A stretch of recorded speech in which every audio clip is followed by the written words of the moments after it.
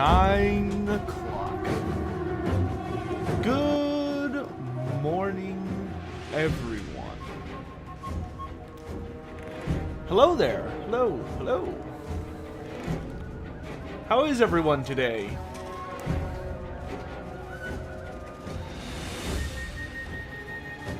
Oh, my.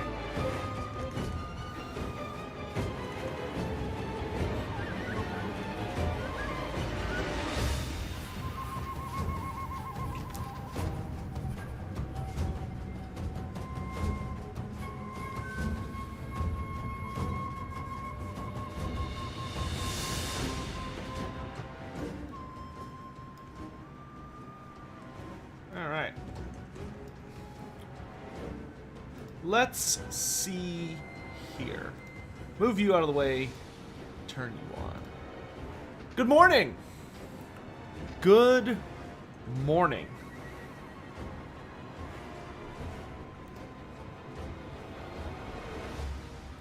Alright, let's get started on saying hello today. Actually, I guess we'll give people another minute or two to get in here.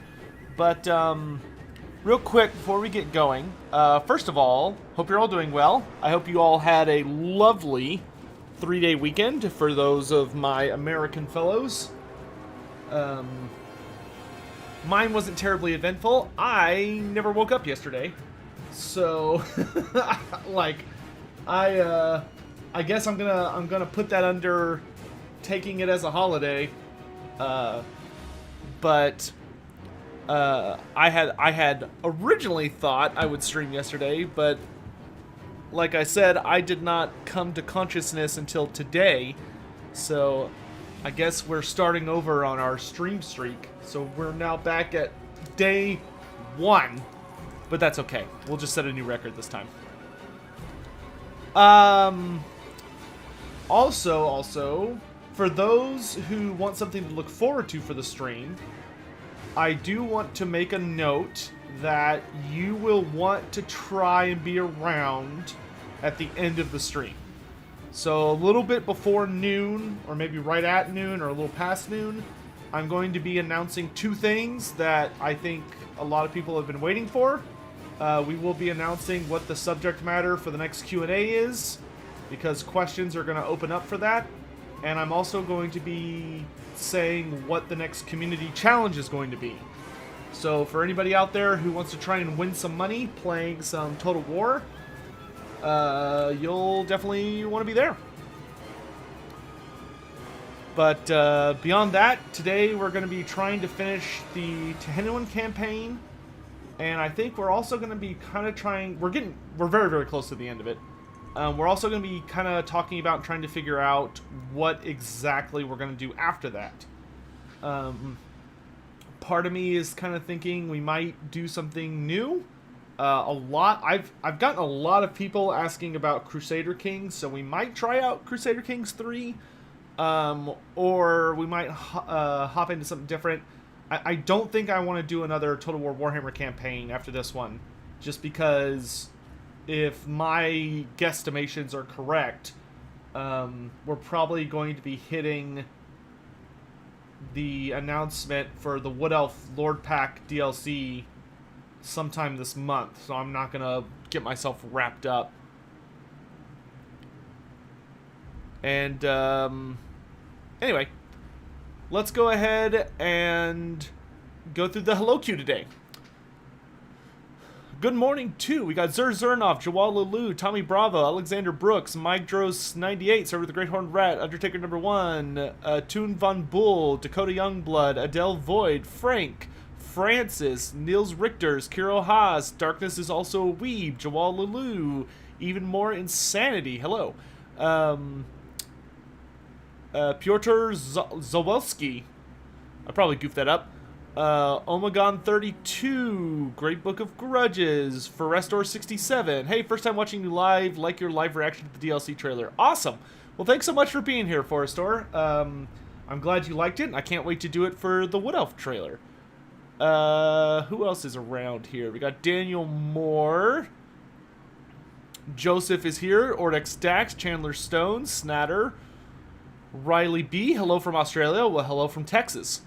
Maximiliano Vasquez, Dominion Sorcerer, Seb's Mad, Asmodian 5348, Patton 631. You know, maybe we'll do that. Maybe we'll do a. I almost wonder if we should do a mod stream.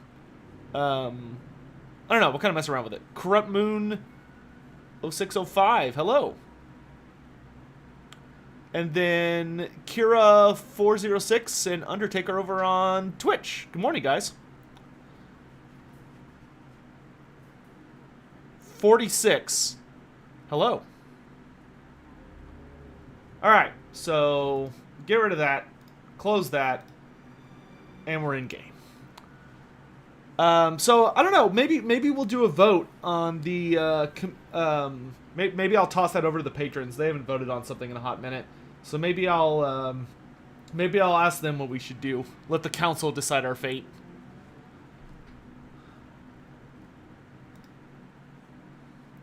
Archmage Eldrin, did you change your name?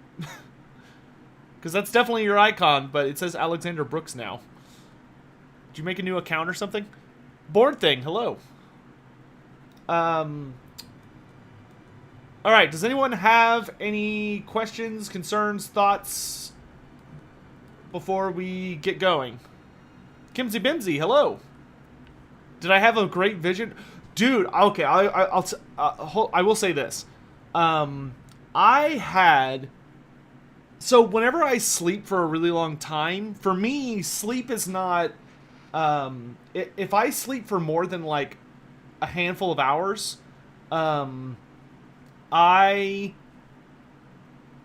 do not... I dream. Like, I have very vivid dreams. That's just absolutely wild. And yesterday, like, my dreams, man, I must have been in another world. I felt like I was just doing stuff. Like, I felt like I was busy for, like, weeks. I woke up so disoriented when Chloe fell on me this morning. Because Chloe, if I sleep for too long, Chloe always comes and wakes me up eventually. Like, normally she'll wake me up because she'll kind of sit... Chloe will get, like, an inch away from my face. Which, Chloe's a big dog, right? You know, she's a 100-pound Great Pyrenees White Lab mix. And she's not small. Like, if you get it... Like, Chloe can easily... like, I have some friends who are, like... in that 5'8" to 5'10" ballpark, and if Chloe really wanted to, she could, like, get up and put her arms over your shoulders. But she was normally the way she wakes me up is she gets, like, a foot or, like, just a few inches away from my face, and she'll just be like, like, she'll just make noises until I wake up, and then eventually she'll start barking. But, yesterday, I guess that wasn't working, so she gets on the bed, and what Chloe will do is she'll get right next to you, and then she'll just fall on you, which sounds delightful, but when your dog weighs triple digits, it is not, it is not delightful. Kimsy Bimsy, yeah, man. Like, she will just fall right on top of you, and it will wake you up. Like, there's no sleeping through that. So she finally woke me up, and I was so disoriented.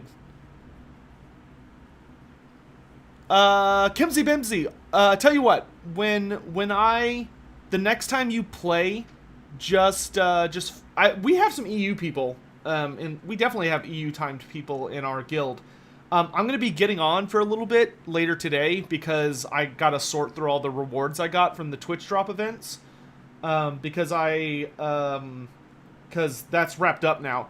So, just message me when you're on, like, on Discord. Just shoot me an @ in any of the channels and I'll, make sure you get added. Is SFO on? No, we're not playing with SFO. This is pretty close to vanilla. If you scroll down, you'll find all of my, mods listed on Twitch and YouTube. Okay, I'm going to turn the sound up a little bit because I was messing with something earlier and it was very noisy. Did I go to college? Yes, I did. I did not ever get a degree, but I spent about 6 years in college. And unfortunately, I was I was probably about 40 hours away from my bachelor's in music education. But I got injury to my throat, and it made it so that I could not,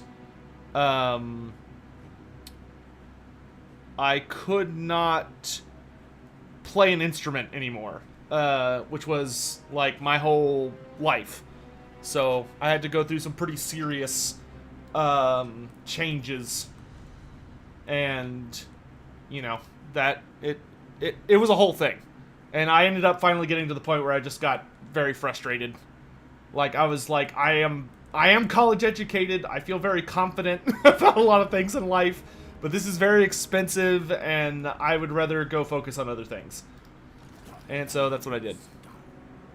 What did I play? I played for professional gigs. I played a bass clarinet. That was like my love. Will my throat ever recover? My throat's already recovered. But like I'm fine now. I'm sure I could play. I need to again. I have a very high quality clarinet in a closet that is kept safe and climate controlled and stuff, so that it will be safe forever. But I haven't touched it in so long. I'm kind of scared to start playing again because all of my muscles here, the muscles that you use to play, especially a woodwind, are probably like super weak now. What are my overall thoughts on the end times?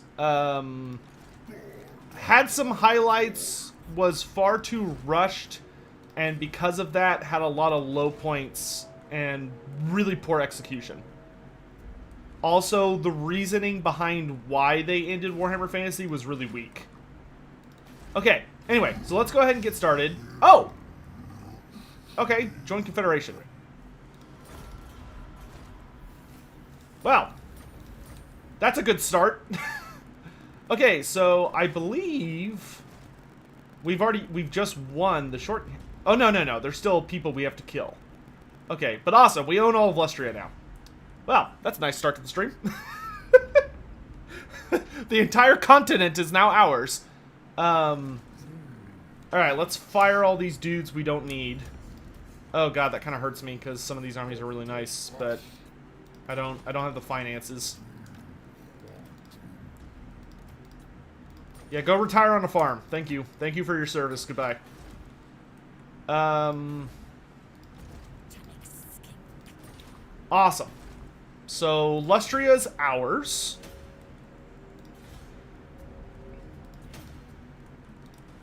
How am I preparing for NoFap October? I am not preparing for such a such a goofy thing.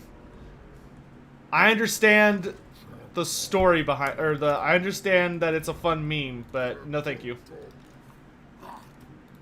No thank you. I prefer having a healthy healthy relationship with myself.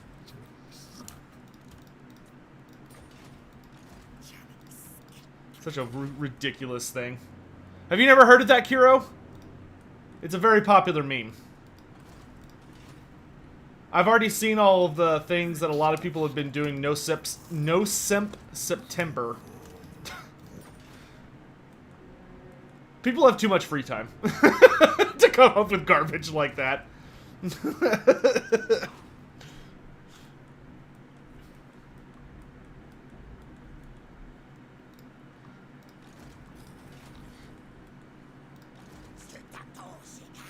Okay, so we are very struggling on finances, but that is because we have a lot of armies all over the planet. And we are fighting many different opponents in many different places. Oh, right, I remember what I wanted in Mazmuddy's army. I wanted to get him solar engines. How are we gonna... Yeah, I think right now we're just kind of suffering from an issue of we don't have enough finances.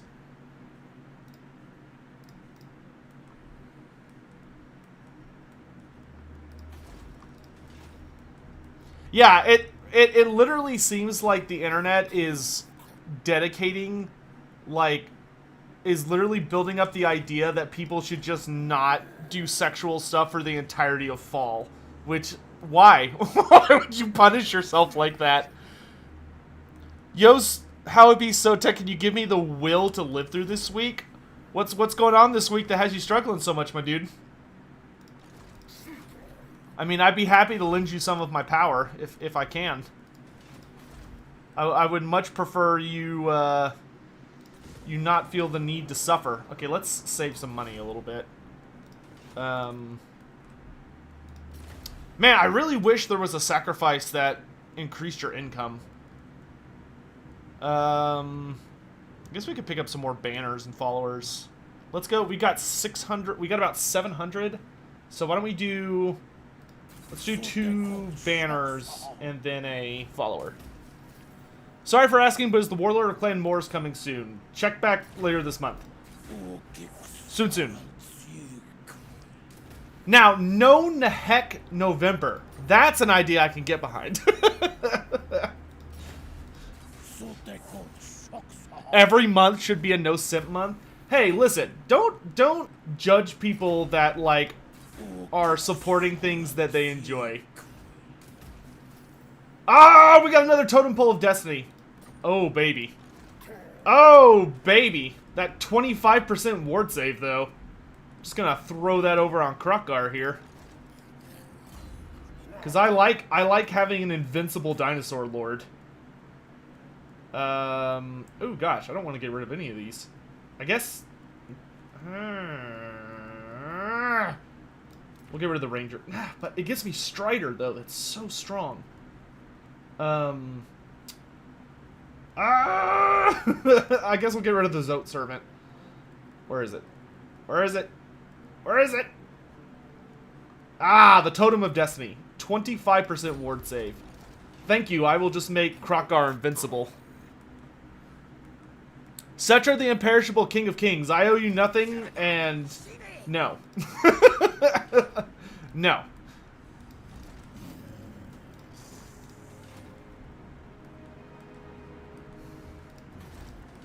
Even if I did know secrets over at Creative Assembly, I would never tell them. My vaults are deep and immune to the absurd, immune to being plundered. You think me weak? Okay, Dr. Zero, okay, so I will say this.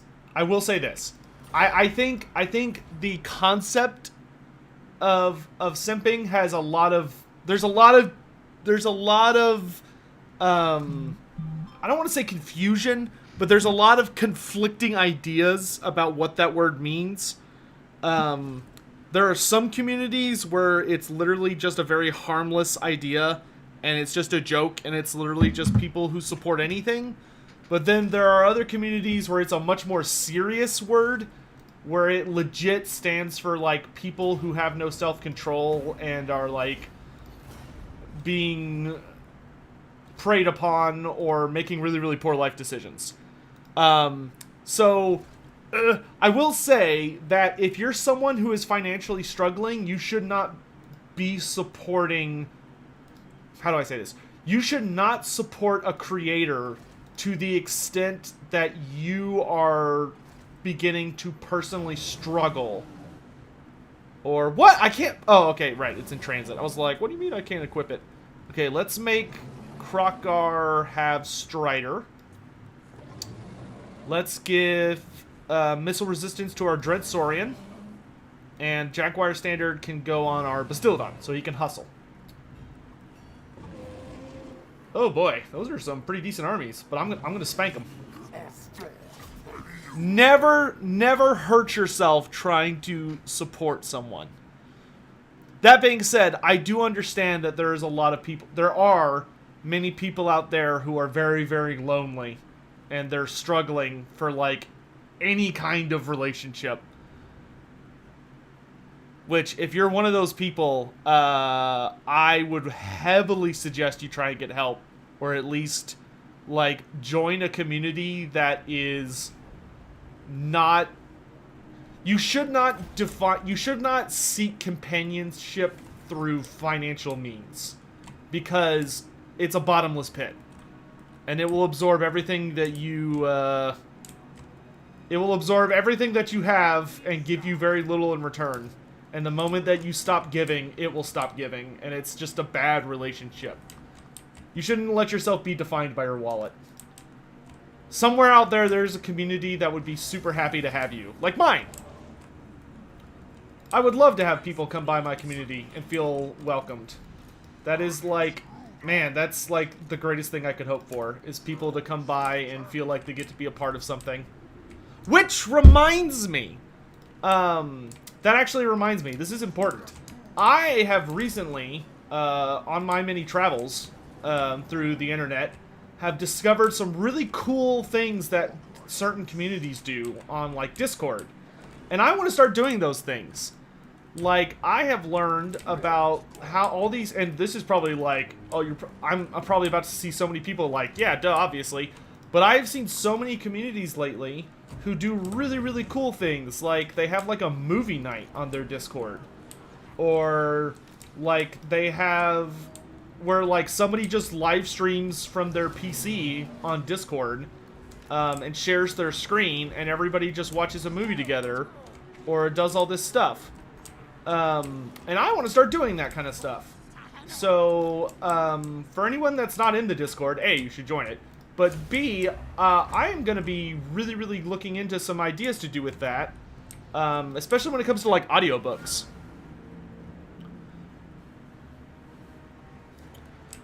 But, anyway, there were some other people that were asking questions earlier and I missed them. So if you want me to, if you have something that you want me to look at or talk about, then feel free to just drop it in chat and I'll notice it now. Zernov, yes, we can totally do that. Would I consider doing some readings of your Warhammer books? I would love to. In fact, there is a book that I have that's very, very rare. And I think doing a reading through it... I don't know if I'd put it on YouTube. Like, maybe I should. Like, I don't know. I have mixed feelings about that because part of me thinks that, like, just simply reading something is, like, lazy. Like, you should do something transformative to it, right? Wow, that did absolutely nothing. Does she have, like, magic resistance? No, she's got... that should have done a lot more damage than it did, but... strange. Chameleon Skinks. Let's get on that. Alright, we're kind of waiting for all these Greenskins to get organized. Because he does have reinforcements coming in. Well, that's... Well, no, what we're really waiting for is the Swords to get into position. Hey, Kyle, don't do that. Although, like, if it's a joke, fine. But, like, although I understand that Three Kingdoms is not really our thing in this community, don't shit on somebody because they like something different from you. Like, clearly there is support for Three Kingdoms. There are people that really enjoy it. Don't slap those, or, like, talk bad about those people just because you're not a fan of it. How's my day been? It's been good. It started a lot earlier than I would have liked, but because of my dog. But it's been pretty good so far. All right, Saurus, let's get to work.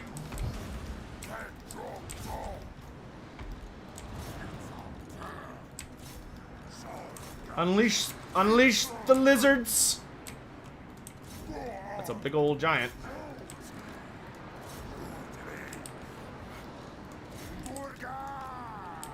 Alright, let's summon Sotek. Let's summon him right about... Oh, you know what? If I could kill this archer line, that would be really nice.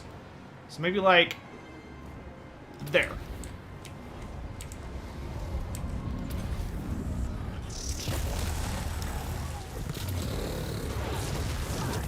Very nice.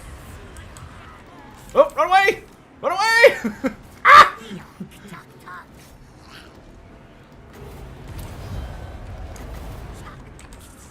Let's lower the armor of all these black orcs. Cold ones! Kill the giant!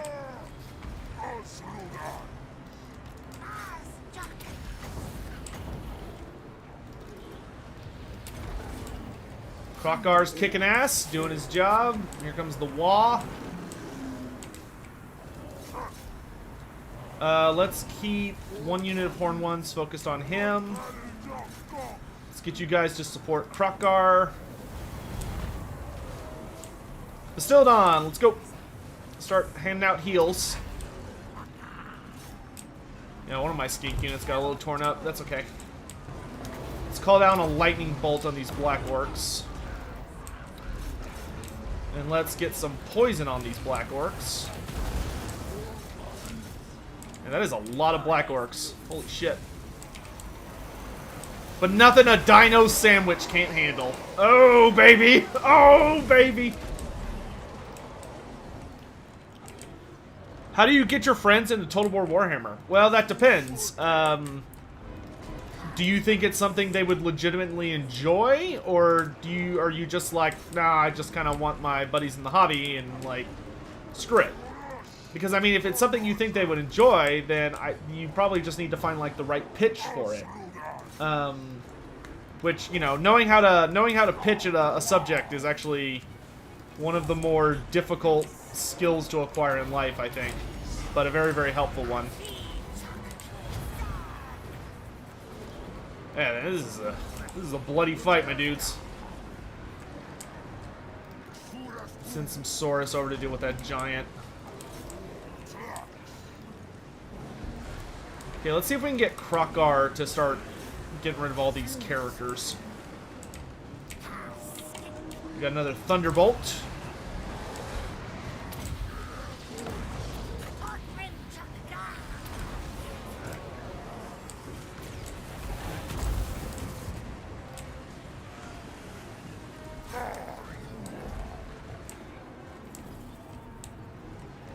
Dreadsaurian, you are very far away, my dude. Fireball that giant. Boop.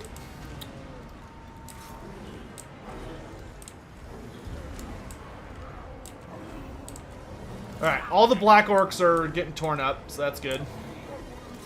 Let's get these chariots.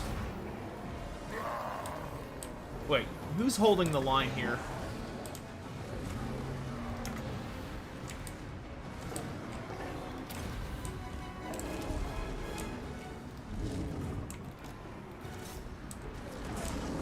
Alright, they're all breaking.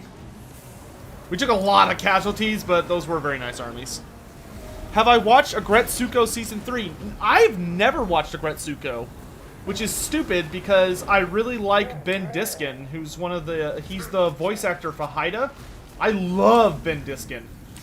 He's such a phenomenal voice actor, and he's just a great guy overall. But, no, I have not watched it yet. But I intend to very, very soon. Because it looks like a show I think I would very much enjoy. Okay, who's my weakest living units that are difficult to heal? Maybe these horned ones? Yeah. We're just gonna spam the heals here. Alright. Dead Greenskins. Would I consider doing the Q&A for units for factions that only got one episode? Someone should probably stick around to the end of today's live stream and you might see something you really like. Mayhaps. Do I think we'll get a Strigoi Legendary Lord? Yes, because if until we do, I am never going to stop bitching about it. And I know for a fact that CA does not like listening to me complain. Does CA ever do free-to-play weekends? I don't think so, but maybe. Maybe? I don't think they have in the past, but they might consider doing that before Warhammer 3 comes out. I would really like to I would really like to see them do that before Warhammer 3 drops, like a free-to-play week for Warhammer 2. Is the revivification crystal lore friendly? No, not even remotely. Although it is a very cool idea. I do like the idea of, like, harnessing the power of the spawning pools and doing, like, a mobile heal tank, but that's not something Lizardmen have ever been able to do. If the next DLC is not Clan Molder, who will it be? Probably something like Rakart the Beast Lord for Dark Elves.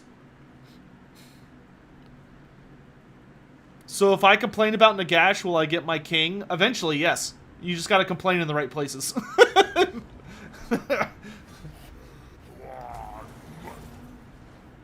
Blood Reveler. Ooh, baby. Yes, I will take that extra 10% hit points.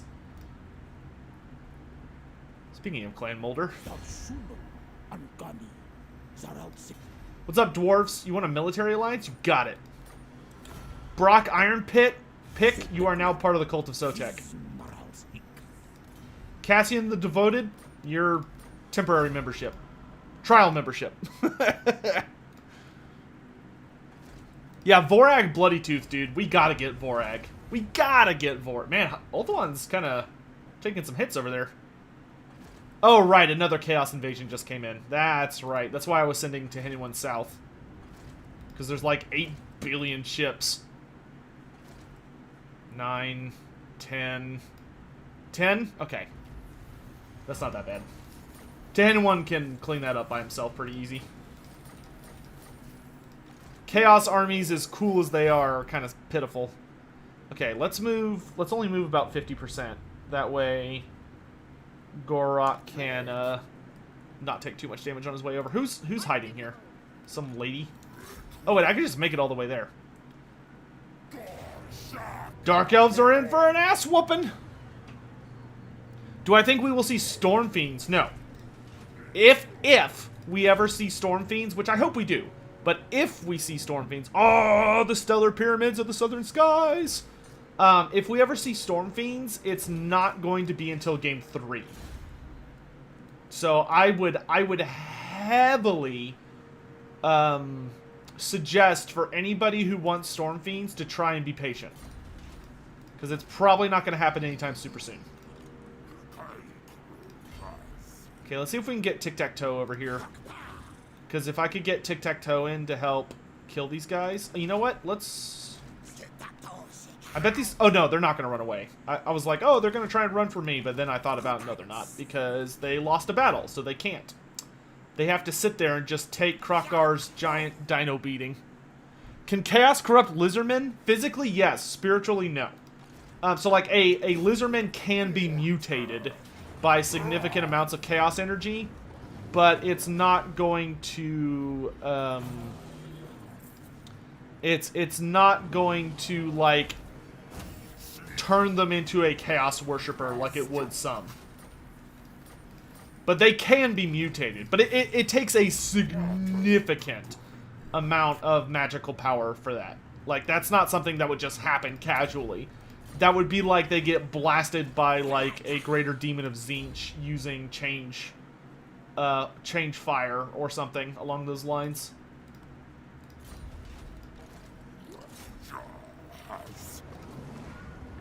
Alright, we're pushing back the Goblins of Skullcrag, so that's really good.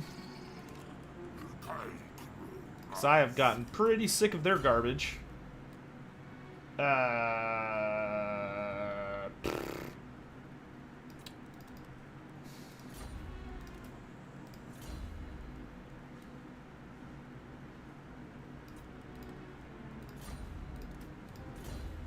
Do y'all like my flying army? It's nothing but like chameleon skinks and flyers with a single stegodon. I tried to make it thematic, but also like as toxic as possible. Okay, you're gonna take over the Doomglade, because Krokar is gonna have to spend this turn getting new units. Let's get the Pakopok cohort. Then I need new Saurus. One more. Okay, that's it. Okay, good. Alright. Good news is our finances have stabilized quite a bit. So that's good. Global domination is going well. Nakai, do I want you to take this? Yeah, I guess. No point in just leaving it empty.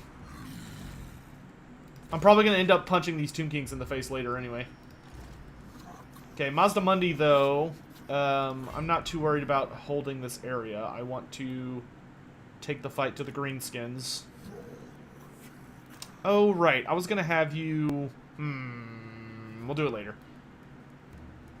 We'll do it later. I really want to get a, Saurus Scarvet into Krokar's army. On a, like a cold one.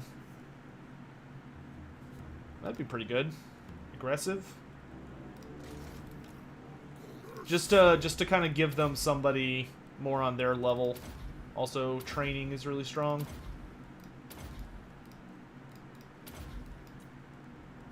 Let's do that, that, and that. Boom. Beautiful. So you get over there. I'll worry about your equipment later. When do I think we'll get the DLC trailer? I'm hoping this week.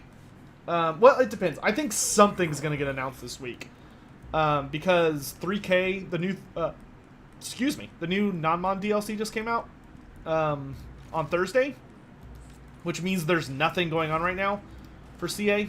Like, there's nothing actively on its way towards us. I'll put it that way, sorry. I worded that poorly. There's nothing actively on its way towards us. And I think that that's a little unusual for them. So I highly suspect I don't need armies coming out of this direction. Nothing attacks me from this direction. I'll keep that. Because that still gives me skink chiefs. We'll get rid of all those buildings. We don't have enough money to upgrade that. And now we're going to blow up this city.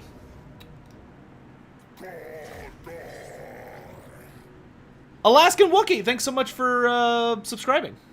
I appreciate it. Do I think they'll add Stormfiends with Thanquol? Yes. Baron Lloyd, especially because if you think about it, Thanquol is literally the Stormfiend character. Thanquol rides like the biggest, baddest Stormfiend. Have a host, a sub, and a follow. Oh, well, thank you. How generous of you. I appreciate it. Man, if there's one thing I need to fix, is that I do not have... So I stream on multiple sides, or I stream on YouTube and Twitch at the same time, right?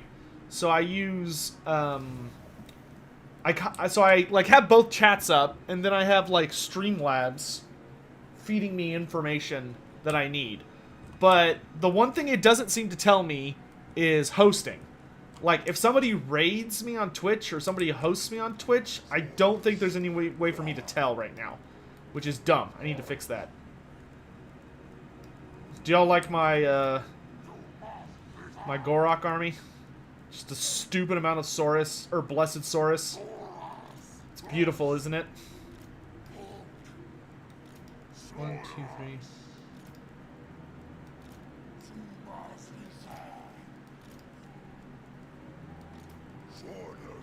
There we go.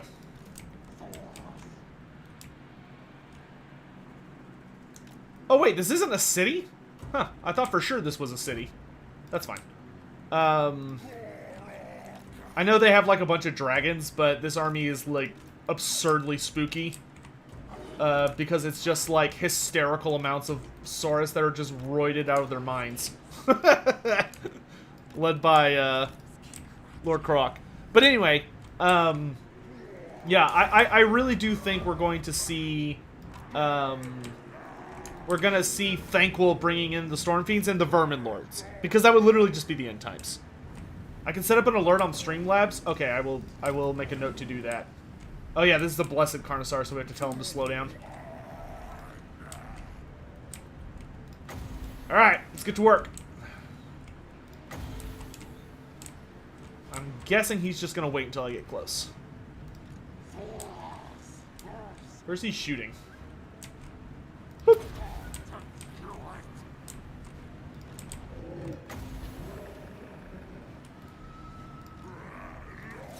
Go kick some ass, Gorok! Dude, they wish they could hurt Gorok. Gorok's, like, literally invincible in this army.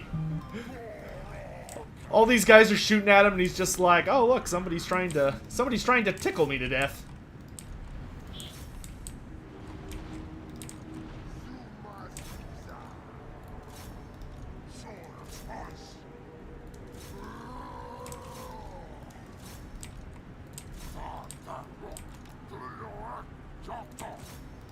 Carnosaur, I want you to go kill the Hydra.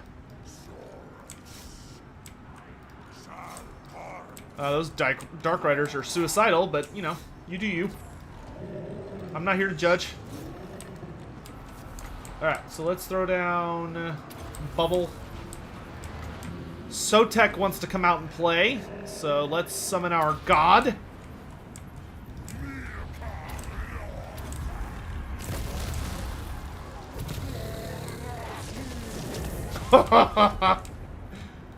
You know, that ability really needs to be fine-tuned, but the basic premise is excellent, I gotta say.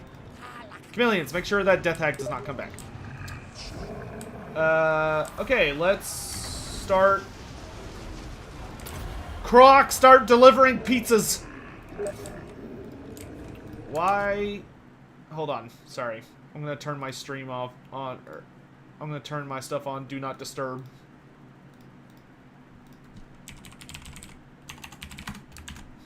There we go. Apologies. Let's get a big, fat, juicy one on top of Gorok.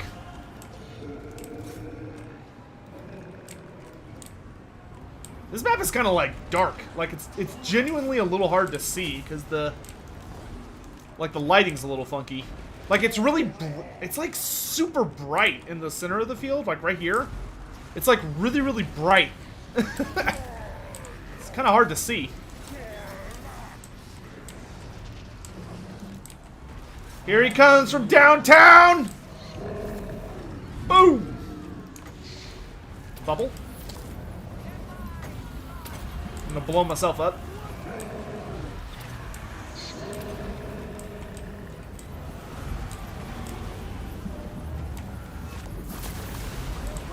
No more Dark Elves. Skinks the dragons! Kill the dragons!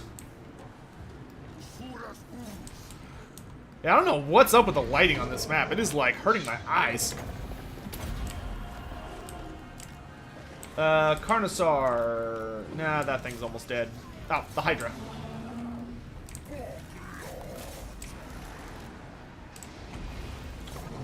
Or that Dreadlord. He looks juicy.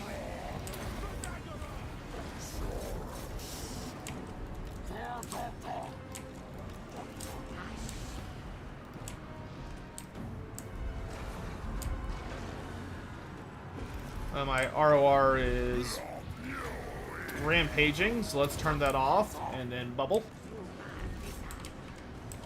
There they go, no more Dark Elves. Who would win, Gorok versus Bellagar? Pfft, that would be such a dumb fight. The two of them are just, like, behind these literally impenetrable shields. I honestly, I think that Bellagar would be able to defeat Gorok. I think it would literally be... I think it would be an amazing fight, and it would be very difficult to call who was going to win. But I think Bellagar has enough skill, and I think he's got more going for him in the department of defensive strategy than a lot of people think. I think Bellagar could take Gorok. Even versus the Mace of Olamok. The Mace of Olamok's cool and all, but, like, Bellagar's shield game is so strong that I don't think Gorok would be able to find a weakness. That's kind of the issue, is that the Mace of Olamok is very good in that it kind of guides Gorok's mace to where it needs to be in order to land a blow. But if your opponent doesn't give you an opening, even with the mace being pseudo-sentient, and kind of directing itself towards weak points. If there is not a weak point, then, like, what are you going to do? And I do think Bellagar would be able to overwhelm Gorok's defense. I think it would be a long fight, though. Like, Gorok versus Bellagar would last forever. That would be super long. But I would watch the entire thing. I would watch that HBO special in a heartbeat. Alright, so we're finally going to war with the Dark Elves, so that'll be fun. Everybody's moved, right?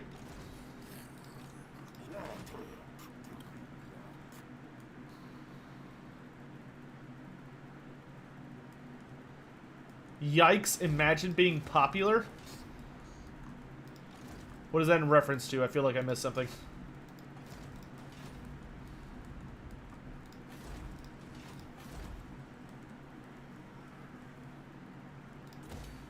How's our geomantic web doing?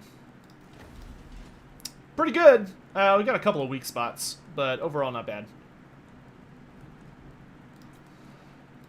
Oh, the geomantic web. It's actually, I mean, it is a really powerful mechanic, but God, is it just boring. if you have full power, the bonuses it gives you are pretty powerful if you know which ones to have on at the right time. It's just not exciting.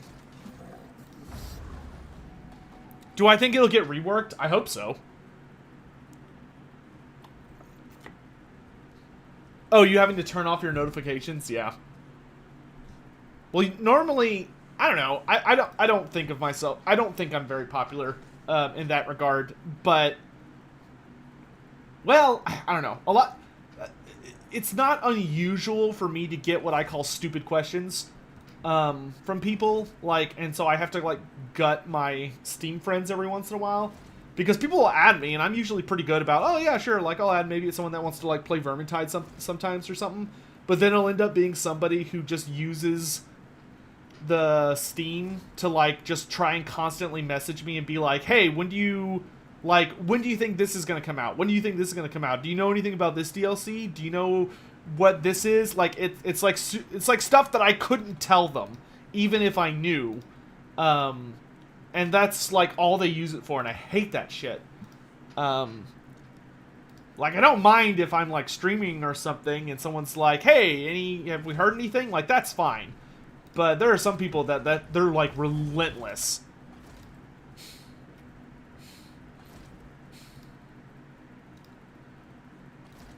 I like that the Chaos Army all rally together outside the Fuming Serpent.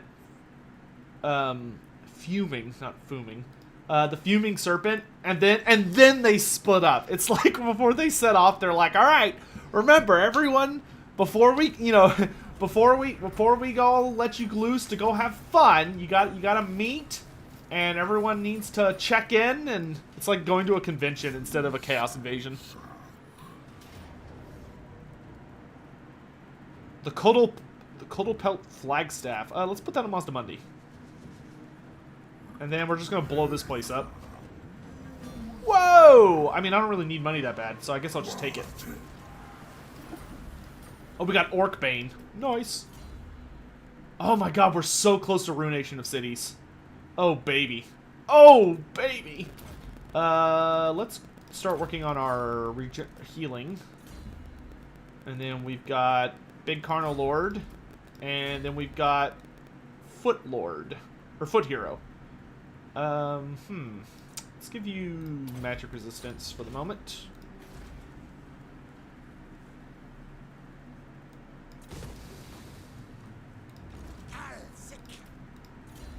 Immortality.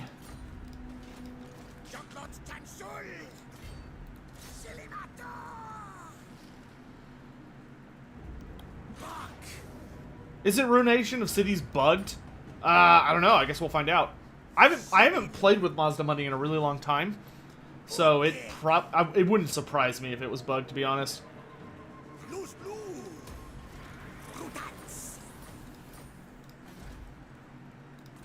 Nice. Get rid of that.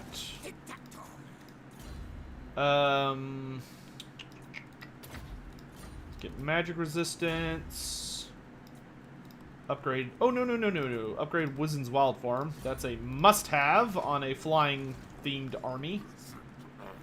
God, I want to get rid of something so I can have this hero. We'll figure that out in a hot minute. Okay, let's go ahead and finish off the Temple of Skulls. Okay, so I no longer need to build anything in that super southern area. Like, we're done. Nakai, I want you to head for the Springs of Eternal Life. Because they are about to have a very ugly visitor.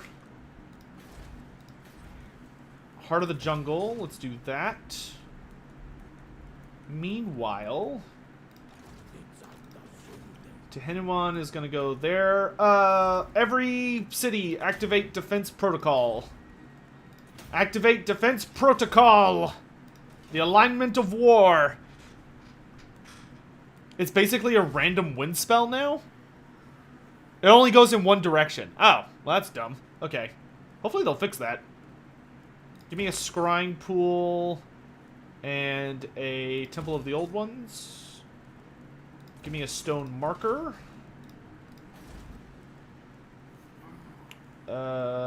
Same thing here. I'm not worried about an invasion. So we're just going to focus on, like, finances. Wait, what do I get for a... okay, maybe not scrying pool here. Let's go Shrine of the Old Ones and then a Star Chamber. Scrying pool, stone marker. The Machu Peaks are done.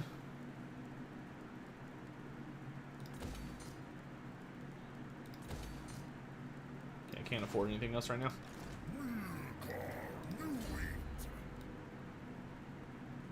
Lord Crook.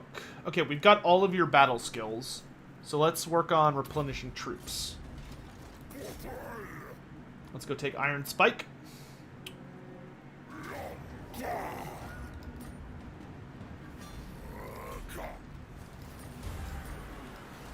Got Lords over Druchii. That's nice.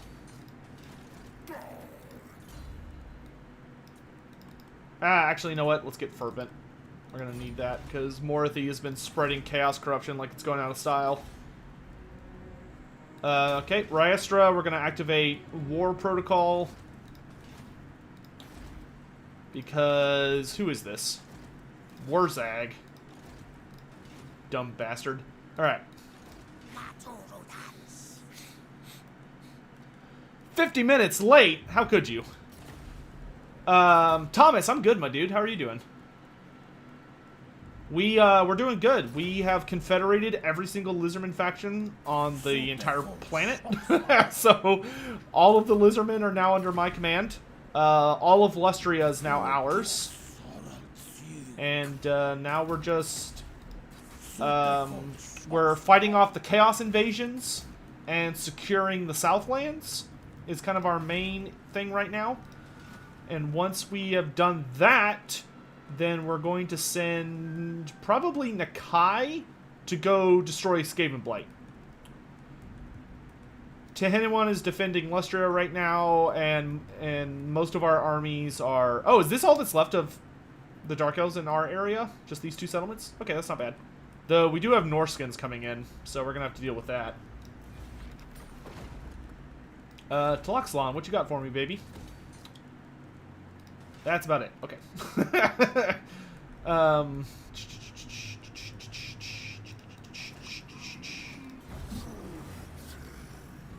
Could I possibly show that sentient mountain, Mazdamundi? Yeah, I'll show you where the Grey Guardians are. Hold on. Let's turn off heroes. I don't need to see that. Thank you. Finally caught a stream. Welcome, Tom.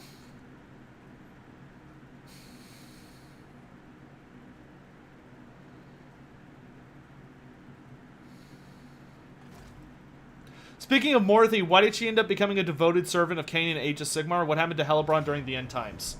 Okay, there's a couple questions there. First of all, Morphe and Cain kind of have a complicated relationship. Morphe has always been very instrumental to Cain. Morphe is the one, for instance, who knows the secrets on how to construct the Cauldrons of Blood. Like, Hellebron does not know that. Morphe is like a fundamental part of the cult of Cain. And she manipulates, granted, Morphe is a very big fan of all of the Sithari, which are the elven gods of the underworld, but Morphe kind of manipulates all of them to further her own agenda. She doesn't really care, like, what the cost is, or if they're evil or something. As long as she gets power out of it, Morphe's like, she's in. She's all in. But Morphe was the first true patroness of Cain. Morphe is the one who basically, like, dedicated herself enough to Cain that she not only resurrected his cult from practical, like, almost the abyss, but, like, nobody was worshiping Cain, for a really long time. And she not only, like, resurrected his cult, but she basically dedicated herself to him enough that Cain basically accepted her as his prophet. However, that's where the difference between Morphe and, ooh, okay, I'm probably about to get attacked here. We're probably about to have a really big fight over here, so let's have Tic-Tac-Toe back him up. But that's where the big difference between Morphe and Hellebron is. Hellebron does not, or sorry, Morphe worships Cain, but only so much as Cain provides her power. So if Cain has nothing to offer Morphe, she doesn't give a shit about Cain. She only gives a damn about Cain so long as she is personally benefiting from that relationship. Whereas the case with... Actually, you know what? I think I prefer the Sword of Strife. Whereas the case with the likes of Hellebron is very genuine in her love of Cain. Like, Hellebron legit loves him. And she is completely and utterly dedicated on a deep, passionate, fundamental level. Which is why, in Warhammer Fantasy, Morphe ended up losing control of the cult of Cain. Because Hellebron was the one who stopped treating it like a... Hellebron stopped treating it as a means to, like, further her own ambition, and instead used it as a means. She just completely gave herself over to him, because all Hellebron really wanted was not acceptance per se, but Hellebron wanted something that she could give herself over to, and it would reward her in turn. Because Hellebron's whole story is basically that she gets spited by Morphe, because Hellebron was, in her youth, was more beautiful than Morphe, and Morphe did not take kindly to that at all. Hellebron was very, very ambitious, and in kind of her youthful prime was equal to or better looking than Morphe. So when she tried to, like, join up with Morphe, she tried to, like, dedicate herself to Morphe, Morphe just, like, slapped her down. Because Morthe's just a bitch, to be frank. Which, you know, is very fitting of her character. Yeah, Morphe wanted nothing to do with her. So she intentionally did everything in her power to screw over Hellebron. And Hellebron went from trying to basically, like, become a member of Morthe's cult to hating her, and ended up learning more about Cain, because she was just basically looking for something she could dedicate her life to, and Cain was very impressed. Cain was quite pleased with this new bride, and he showered her with praise and power. And so Hellebron just, like, went all in.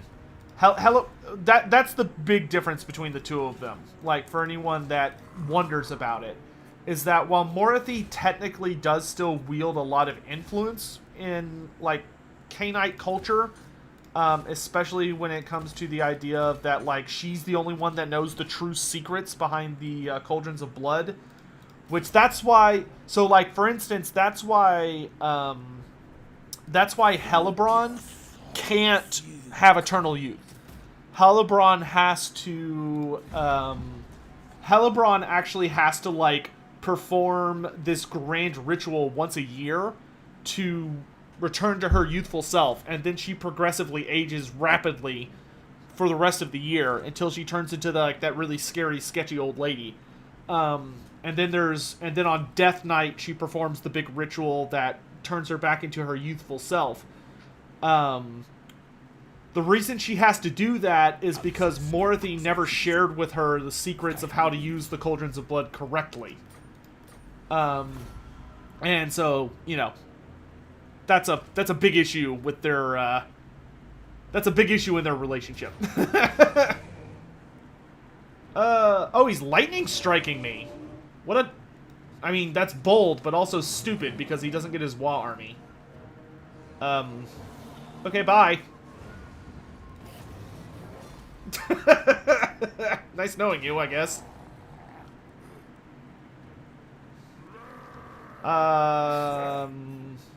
I'm very tempted to auto-resolve this. But, I don't know. Might be kind of fun to have Nakai just, like, slap everything with his Kroxuar army. Yeah, let's do it.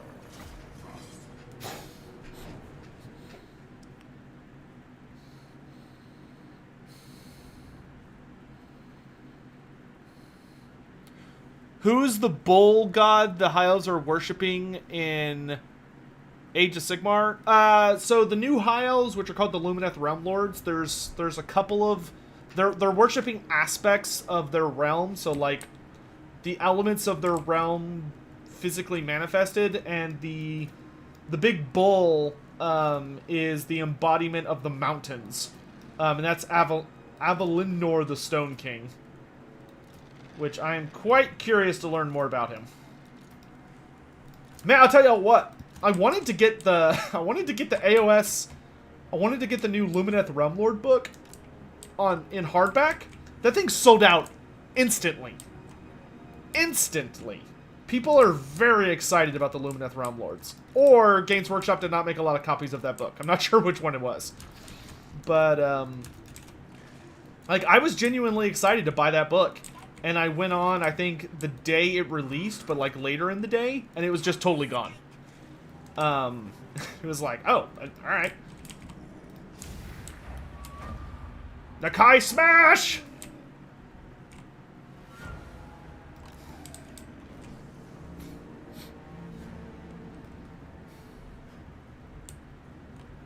Where do I find all this lore at? Collecting a lot of books over the last 20 years of my life. Most of them, many of them you can still find if you go to like blacklibrary.com or to Games Workshop and go to their Black Library page. It sometimes has books that even the Black Library doesn't have, which is kind of weird. But I'm guessing there's like some kind of reasoning behind that. But, okay, it looks like he's heading over this way, actually. But, the big thing is that there's so many short stories and books that you have to collect over, like, the last so many years. And having the army books is a really big part of it. And the army books you cannot buy anymore. The army books, you have to know where to look. Tom and Rubji, thanks so much for subscribing on Twitch with your Twitch Prime. Please enjoy the emotes. And be sure to link your Twitch account to the, please be sure to link your Twitch account to the Discord and join the Discord so you can have access to the unique special channels, because things happen in there.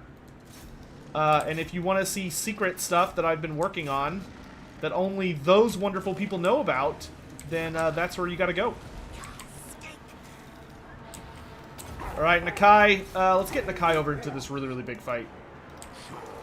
And let's summon Sotek right about there. Kill the spider! Kill it with fire! Chugga, chugga, chugga, chugga.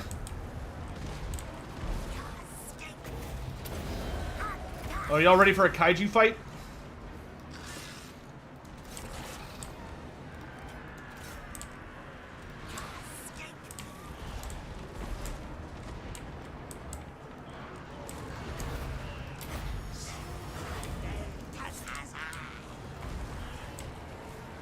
Everybody knows when you get a spider in your house, the best thing to do is to find your local lizard and unleash it. My salamanders are kind of in trouble.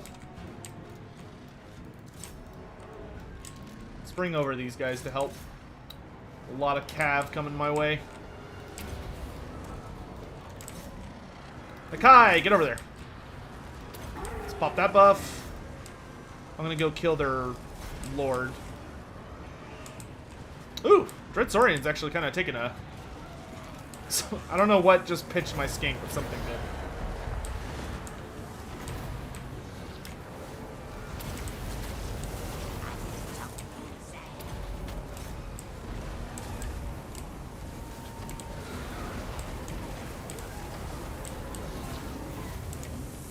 You got this, big boy! Arnzapals. Let's unleash you right about there.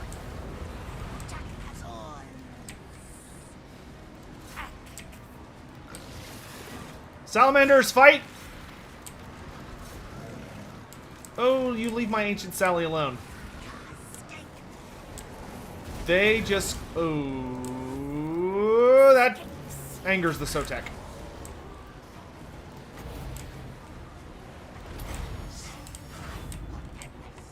They just killed one of my Sallys. Assholes.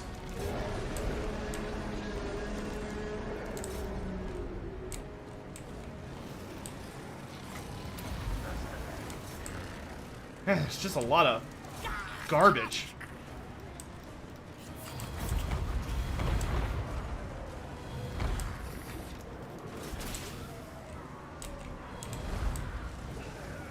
No, not you, not you. Y'all need to stay behind and slap these dudes. Let's unleash unspeakable horror.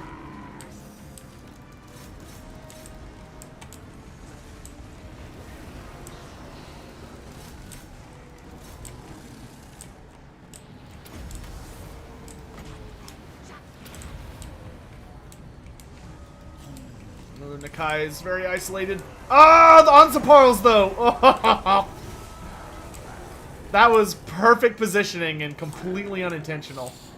And it's all these damn night goblins. Okay, I need to win this little engagement. I think if I win this little fight here, we're fine.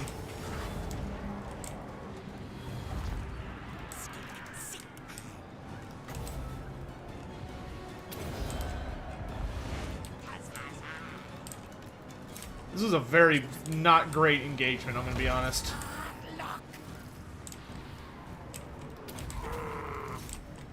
Why'd you stop moving? Come on, come on, come on, come on, come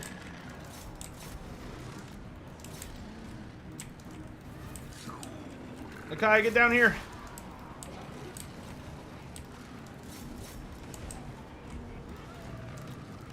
Greenskins, dude, they're so annoying. All they do is rally and come back, like, run away, come back, run away, come back, run away, come back.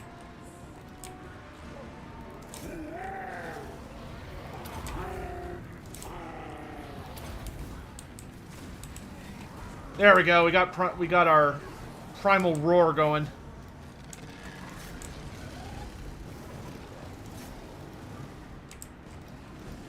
Skink Priest, make sure that guy leaves. Actually, never mind. Come over this way. Good job, Dreadsaurian. Let's bring you over here. Croxagors are curb-stomping archers.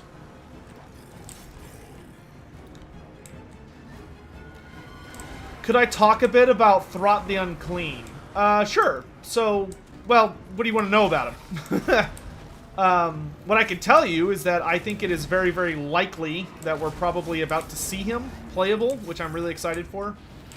Throt is, in all seriousness, easily my favorite of the, he is my favorite of the Skaven Lords. But, let's see, what's the best way to describe Throt the Unclean? Throt the Unclean is essentially a... Throt the Unclean is basically like the concept of being hangry, but manifested into physical form. He is one of the Master Mutators of Hellpit, which Hellpit has 9 Master Mutators. It's a pretty serious rank to be given within Hellpit. But Master Mutators are basically... I think the easiest way to describe them is that they are the individuals who are in charge of creating new forms of... they're in charge of creating new forms of monstrosities. So, like, a long time ago during the Black Plague that the Skaven unleashed on the Empire, so the Black Plague War, the Master Mutator of this Clan Mulder invented rat ogres, and they've invented a lot of different species. But Throt, as a Master Mutator, his magnum opus was that he created the Hellpit Abomination.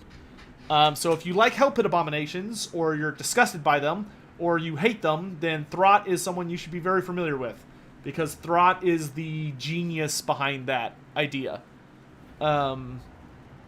Oh my gosh, but yeah, we took a ton of casualties, holy crap. I mean, granted, that was a big boy greenskin army, but good grief. This is not ideal. I do not want to be fight. Oh, Wurzag's lightning striking. Okay, look at the AI actually using some thoughts. Let's make our escape priest faster. Man, that's a lot of black orcs with Wurzag. Black orcs and orc boar biggins. Okay, we're gonna need to be careful with our cav. But yeah, so Throt invented the Hellpit Abomination. But the thing about Throt that kind of makes him stand out much more from his fellow Master Mutators is that Throt had a rather peculiar obsession with experimenting on himself to further his own power, but also to give him a better understanding of his tools. And the thing, like with all Skaven clans, is that, you know, they invest very heavily and spend a lot of resources on warpstone and warpstone, but also growth hormones. Growth hormones are a massive part of Clan Mulder. Where Throt kind of goofed up, though, is that Throt started experimenting on his own body, which had some really positive results. Like, he grew a third arm that comes out, I think, of like his shoulder, that allows him to wield more weapons than he normally would. Because Throt actually triple wields a weapon. In one hand, he has Creature Killer, which is basically like a man catcher, but it's called a thing catcher in Skaven. Which, if you don't know what a man catcher is, they're like these really big poles that have like a horseshoe design on the end, and inside the horseshoe design are spikes, and they're designed so you can like grab somebody by the throat. If you put spikes on them, they will kill you, but if you don't put spikes on them, they're very easy to use to basically pin a person. Very, very useful tool in our world, actually.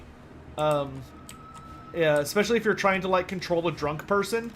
If you're trying to deal with a drunk person, using a man catcher is like hilarious and very, very successful. But where Throt ended up goofing is that one of his experiments, he sped up his own metabolism. He sped up his own metabolism a lot. Now, this had a positive and negative effect. The positive effect was that Throt basically sped up his own metabolism so much that he basically regenerates at a rapid speed. Like, if somebody cuts a piece out of him, or he gets shot with a gun or something, his flesh almost, like, he has the regeneration of a troll. Like, his flesh almost immediately closes the wound, and he's fine. However, the downside is that Skaven already have a freakishly fast metabolism, and one of the downsides of that freakishly fast metabolism is something known as the Black Hunger, which Black Hunger is basically that Skaven metabolism is so intense that if they overexert themselves without consuming any calories for like a long period of time, they basically go crazy. Like, their bodies will literally start to shut down because it starts devouring all of their calories, and it starts breaking down they start breaking down their own bodies to eat. And it causes them to, like, go insane, because they're just so hungry. And this is basically what happened to Throt, is that he kicked up his metabolism to such extremes that that if he stops eating, like, if Throt does not actively have food in his own mouth, he basically starts to go crazy and his body starts digesting itself. And it can kill him. Like, it can absolutely kill him. So he's quite famous for a couple things. My favorite thing that he's famous for is that he always has food. Like, Throt is always eating something. And if he's not actively... Oh, dang it, that totally missed. If he's not actively eating something, then he's gonna start actively eating someone. Like, he'll basically, like, turn to the nearest unfortunate Skaven and just, like, kill them and start devouring them. Which is amazing. And being that level of hungry is something I can sympathize with. But Throt the Unclean is very, very clever. In the end times, he kind of hit, like, his full stature. Granted, he didn't get much of a showcase, which was really unfortunate. But he kind of hit full power, so to speak, when he ended up... he teamed up with the one and only Ikit Claw. And in his team up with Ikit Claw, he created the Storm Fiends. So the Storm Fiends were created in a collaboration of Ikit Claw and good old Ikit Claw and good old Throt the Unclean, which is terrifying and also amazing. Alright, Wurzag's dealt with. I need to kill this stupid spider.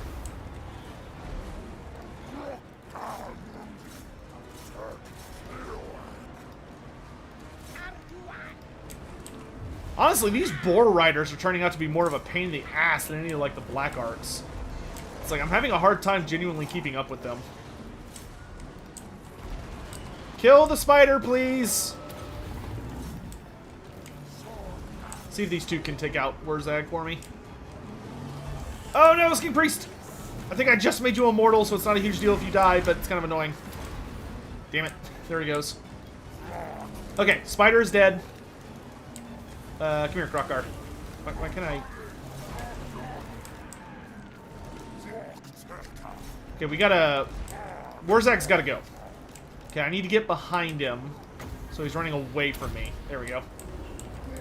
I don't know if we're gonna win this. Okay, down goes Pig Lord. He doesn't have any other characters, so literally the only thing holding this army... Oh, no! Not big... Man, Krokar's got a ward save of 50%, and I'm still really struggling against these Black Orcs.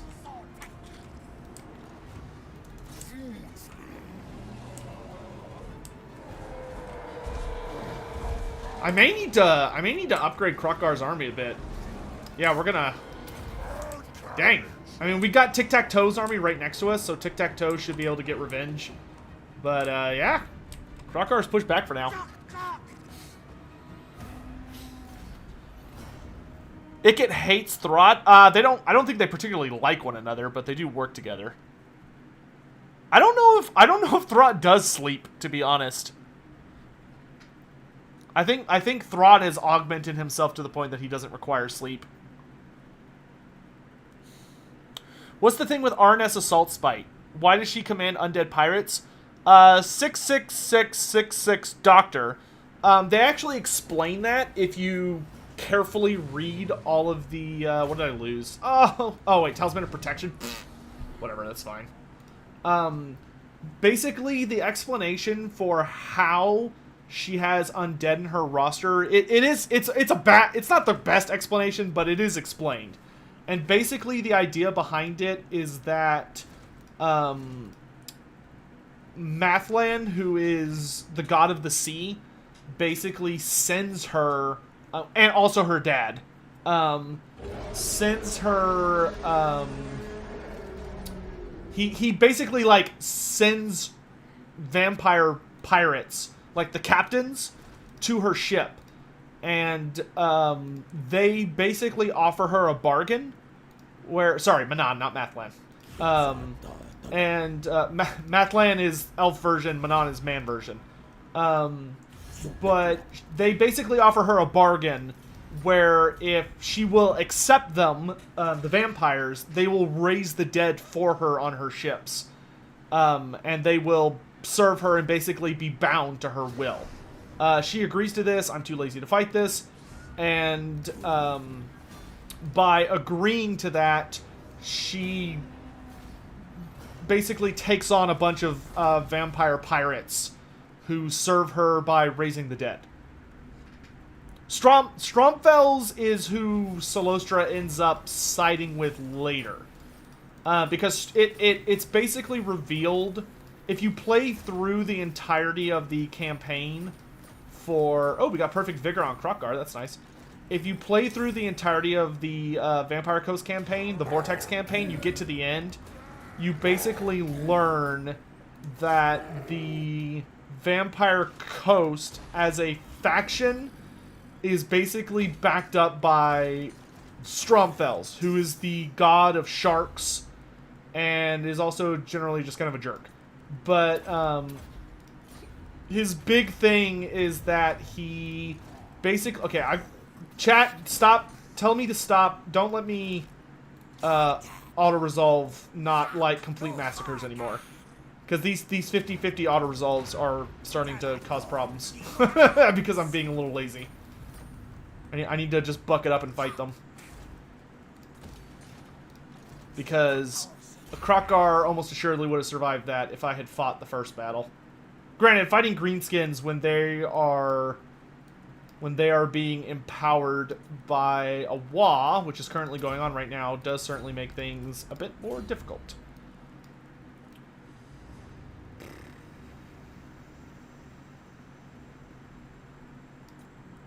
Yeah, let's do fleet-footed. Yeah, I think for Krokkar, we're going to maybe get him some Temple Guard for his... We're going to get him some Temple Guard for his... instead of Spearosaurus. Like, we'll go regular Saurus and Temple Guard instead of just pure Saurus. Because, especially fighting Greenskins, we need some AP. Maybe I should just give him, like, a lot more dinosaurs. Ooh, Arcane Vessel. Okay, Nakai, I want you to just chill for a hot minute. Oh, I lost my Blessed Croc score. This makes me sad. Okay, that'll work for right now. Doesn't one of these increase recruitment rank? Yes, it does. Are there any characters with two full lores in the game? Manfred. That is Manfred's unique gimmick. Is that Manfred von Karstein has 2 full lores. Personally, I hate it. Like, don't get me wrong, it's powerful, but I find it really not fun to use. Because it takes up, like, it's just such a pain in the ass. Like, there is just so much stuff you have to deal with. That I just really don't like. I don't like having to shift between multiple lores, I guess is what I'm trying to say. Like, I get that some people are like, oh wow, this makes me feel really powerful, but I'm personally not a fan of when characters have a too many spells. What do I think CA will do for Thanquil's lores? I think Thanquil will just have a mixed lore of Plague and Ruin, because no other Skaven can do that, and that would be a pretty unique gimmick. Oh, no, no, don't do that outside, buddy. Let's go inside and do that. Okay. So I need Ark of Sotek. Oh gosh, do I seriously not have a skink structure around here? And then I'll just let him. Oops, not you. I'll just let him camp out for a hot minute. Because I'm not, like, one Chaos Army per settlement. I'm pretty sure I can win most of these. The only one I'm worried about is the one being led by a dragon. That one might be a little tough. But most of these are not going to be that bad. Ooh, we have a right available. What do you got for me? Ooh, Rite of Primeval Glory. Boom. Yes, I will take summonable cold ones. Thank you. But anyway, yeah, Stromfell's, if you play through all of the Vampire Coast campaigns, basically it turns out, essentially, that Stromfell's is kind of the big bad behind everything going on. And he is essentially the one that is pulling the strings and making it so that... oh, global recruitment -1 turn. I almost never use that one, but that one is suddenly super helpful. Oh my gosh, yeah, one turn for all these? Yes, please. Wow, look at these sacrifices actually being useful. That feels very strange, I'm gonna be honest.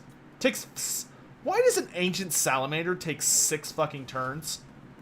Sorry, 6 damn turns. That is not okay. Like, that... Ancient salamanders are cool, but they are not a 6-turn summon. That is absolutely ridiculous.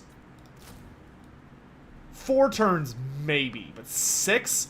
It takes as long to get a damn salamander as it does to... Or ancient salamanders as it does a Dread Saurian. What the fuck? That's ridiculous. At least on global recruitment. But, like, yeah, no. That's absurd. Pterodon, Pterodon, Pterodon, Pterodon. Okay.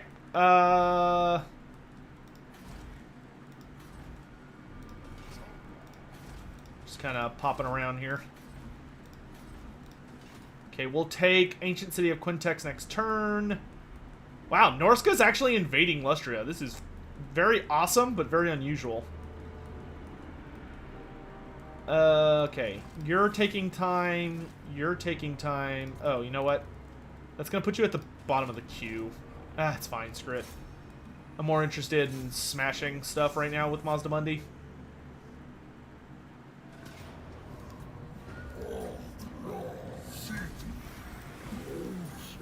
Hey, I'll take Blessed Source Warriors. That'll be helpful. Yeah! I'll still take Ruination of Cities. I mean, even if it's broken, it's still a free spell.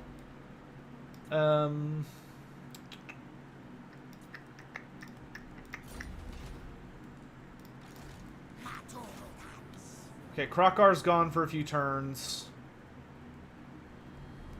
Yeah. I almost wonder, since we lost Krokar, I think we'll send Krokar somewhere else.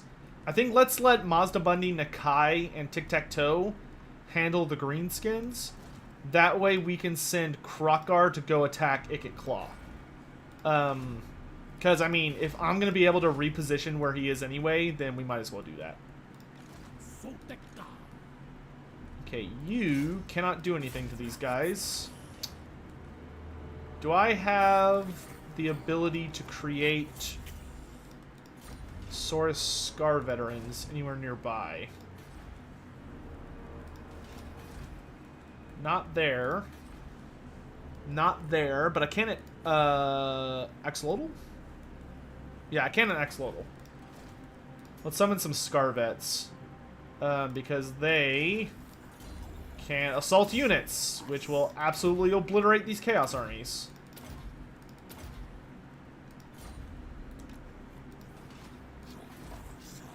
Get like 2 of them.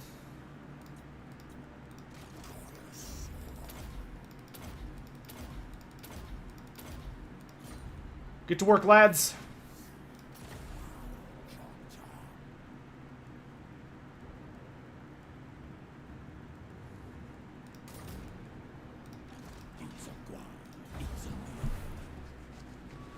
Has there ever been an instance of children being taken in by other races? Yeah, it happens sometimes. There's a short story about an ogre that finds an abandoned baby girl, a human, and he basically takes her in. He's an ogre hunter. He takes her in and, like, raises her to understand ogre culture and to, like, be a hunter and self-sufficient.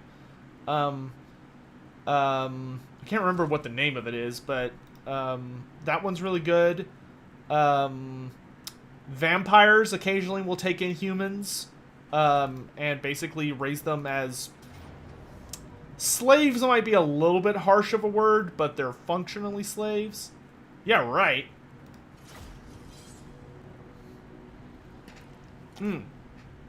Yeah, Warhammer Moses, when Nehekara was alive, so the people were not undead, there was a baby that the Nehekarans found drifting in a river, and they thought it was a gift from the gods. So he was found in a river that came down from the World's Edge Mountains and led to Liberus, which is the city that Khalida is from. And he was actually a dwarf. He was a dwarf from the World's Edge Mountains that somehow ended up abandoned by his parents. If I had to guess, I would say it was probably something to do with a Greenskin raid. But his parents abandoned him, likely to save his life. And he was taken in by the Tomb Kings because they thought he was just a human that had been abandoned. Because even though they definitely had encountered dwarves, like there's no way the Tomb Kings did not encounter dwarves. For some reason, they were just like, this is definitely a human child. And they raised it as their own. And he actually became a rather powerful Tomb King. Because his skills and abilities when it came to crafting siege defenses were legendary and second to none. Which, you know, one would probably expect considering he's a freaking dwarf.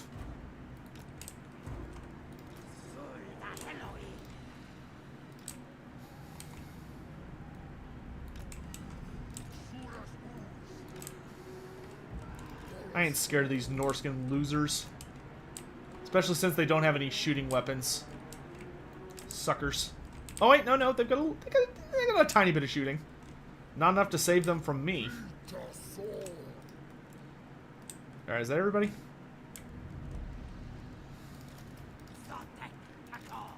Oh no. You can go down here for right now. Start putting the hurt on those berserkers. Oh, mind the towers. Oh no, they're throwing X's. Okay, we do need to be a little careful.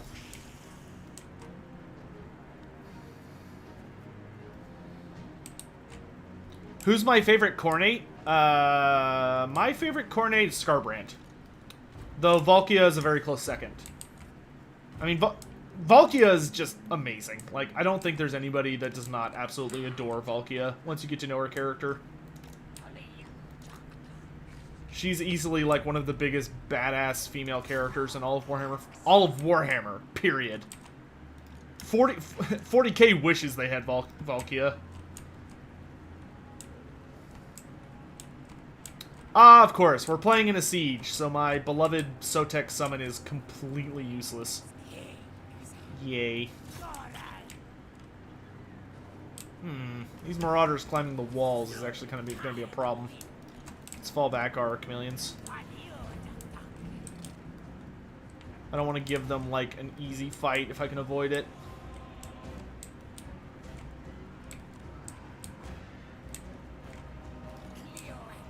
Oh, bring the pterodons over. Quick. I can actually do something really cool here. Oh, wait, are these guys going for the walls? Whoa! Yes, they are. Okay. We'll kind of wait for these guys to bunch up. Oh, no, the tower went over there. Over there! Quick! Chameleons, let's put you on that corner. Pterodons! I want you right there. And drop. Boom! Half health instantly. Love it. The fuck are you doing on the walls?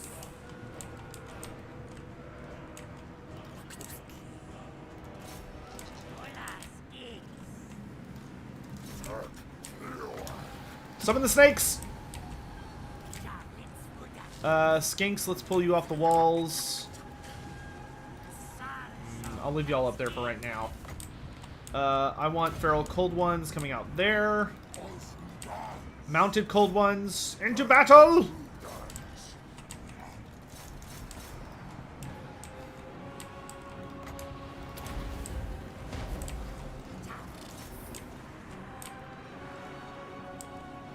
If the Norskins are going to take Skeggy, I'm going to make them work for it.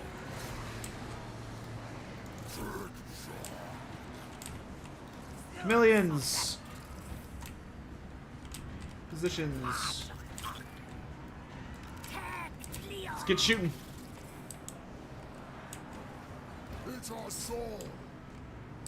Okay, these guys don't have their lord, so we should be able to put some damage on them. Ah, damn! He still had a unit of berserkers down there. Asshole. They're definitely struggling in some of these fights. And we were taking a beating from those Norscan ice trolls.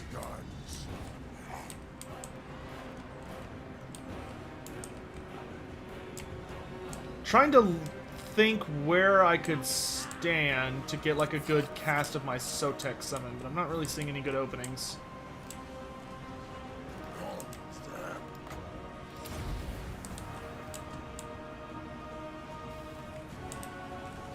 Alright, we're starting to push through here.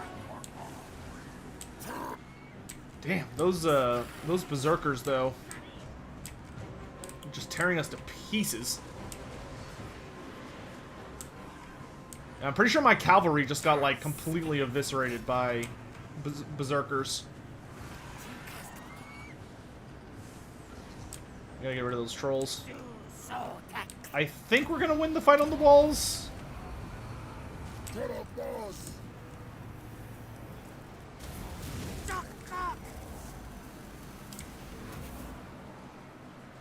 Yeah, those serpent summons are pretty nasty. Oh geez. What are we gonna do here?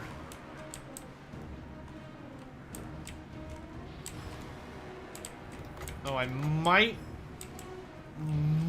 be able to get off an okay Sotek shot here. It's not gonna do anything to the trolls. It's only gonna hurt the berserkers. So I need to get the berserkers like stuck on something. Maybe we can summon some cold ones here to catch their attention.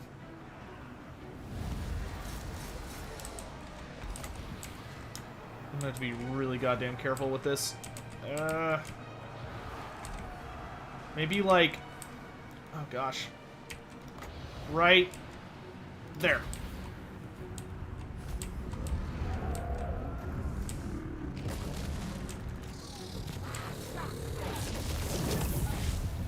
Wasn't a horrible cast, but it wasn't great either.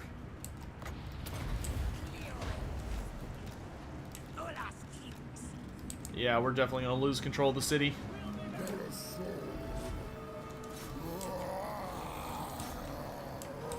Man, our garrison just got obliterated by all those berserkers. It's just crazy how much damage they do. They are definitely very, very strong against Saurus.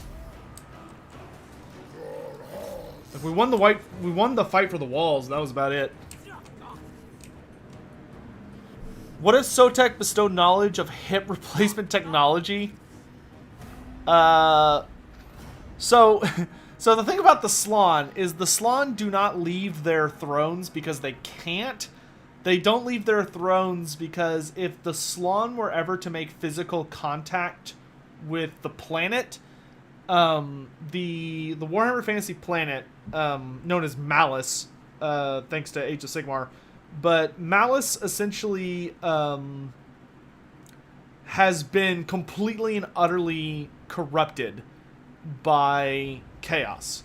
Like, the very earth itself bears the taint of chaos and has basically become saturated with it to the extent that if the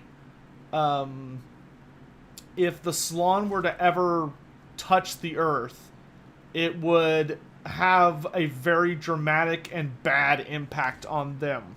Like, they would basically be grounding their powers and introducing the threat and mutation of chaos into their, like, physical forms. So they cannot touch the ground, ever. If a Slann were ever to touch the ground, it could have dramatically dangerous effects on his ability to cast magic. Chup Yodel. These chaos armies are starting to get kind of nasty. Then again, this one's probably gonna get spanked, because as long as we get rid of the hell cannons, I don't think he can get in through the door. What if they wore magic anti-chaos boots? I mean, I don't think Lizardmen have bothered with boot technology.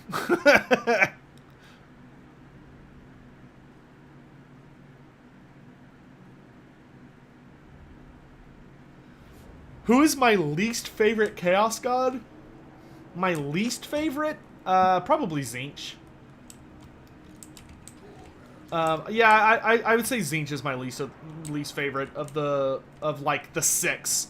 Like, I even like Hashit more than I like Tzeentch. Not that I hate Tzeentch, it's just that I find Tzeentch to be very Tzeentch is very Tzeentch is a little bit of a goof.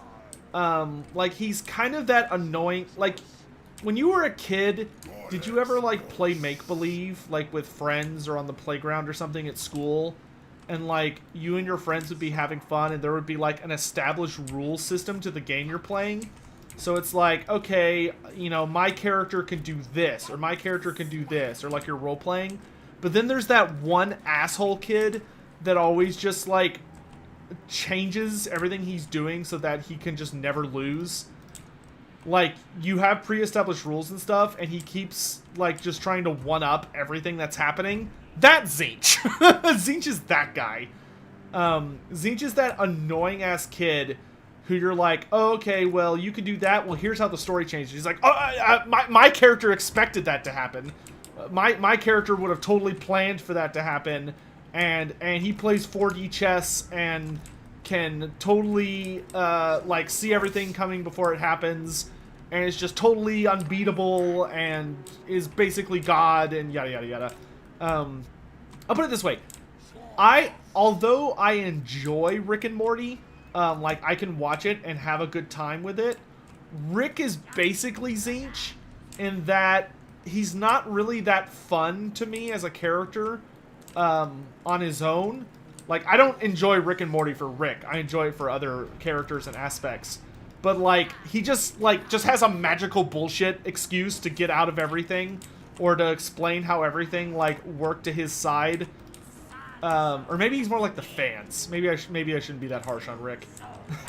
more like the fans. But you know what I mean. Like, Tzeentch is super annoying. That being said, I haven't watched the newest season. Yeah, my character has the power to do anything and can't die. Exactly. Yeah, Tzeentch is that guy. That nobody wants to play with, because he just ruins the point. Like, he just makes it not fun.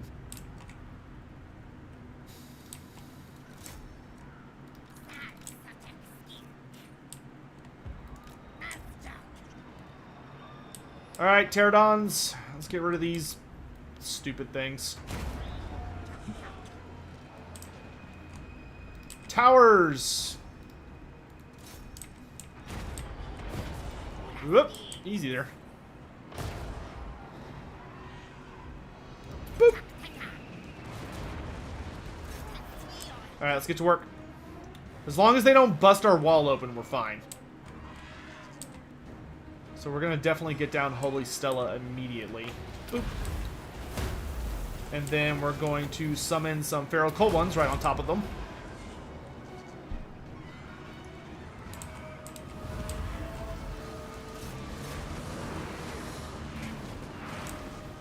Yeah, enjoy dying, Chaos Dwarfs. Yeah, we're just gonna go all in. And then he only has like 2 units that I can actually hurt with the Sotek summon, so let's go ahead and do that.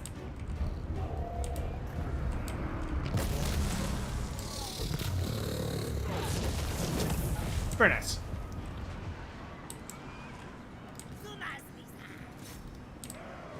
Alright, that ought to take care of that whole mess. Of course, there's one chosen unit there.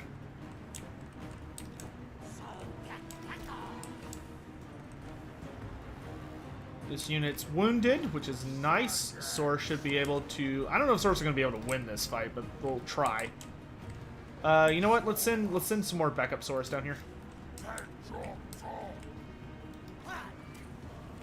Alright, I think just about all the hell cannons are... Oh god, there's one left.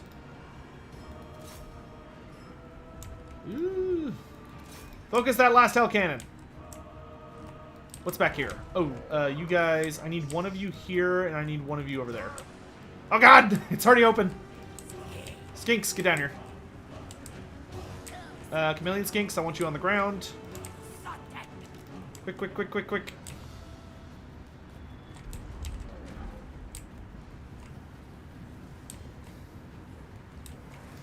Can y'all not reach them? Shoot, please. There we go. Nope, stay.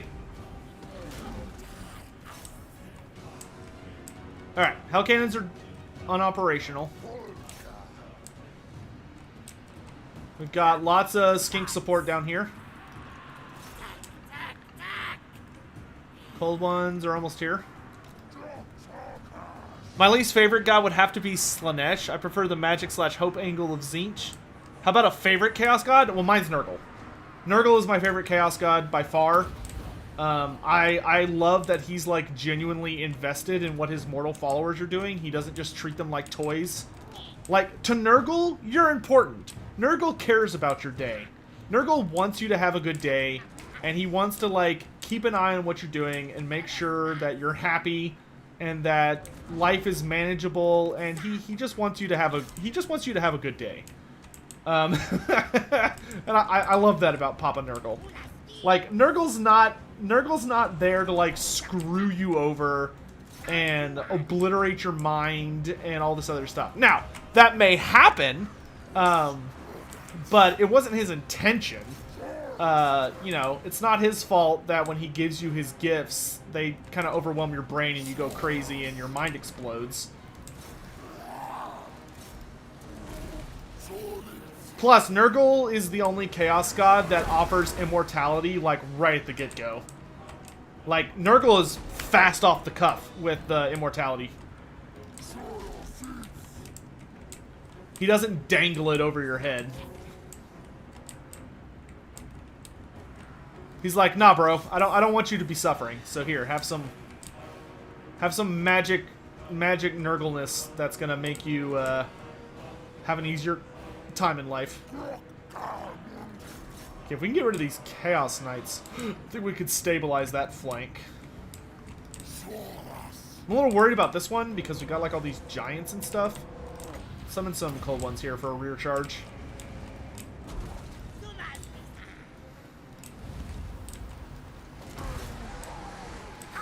Million skinks, get on the ground, get on the ground.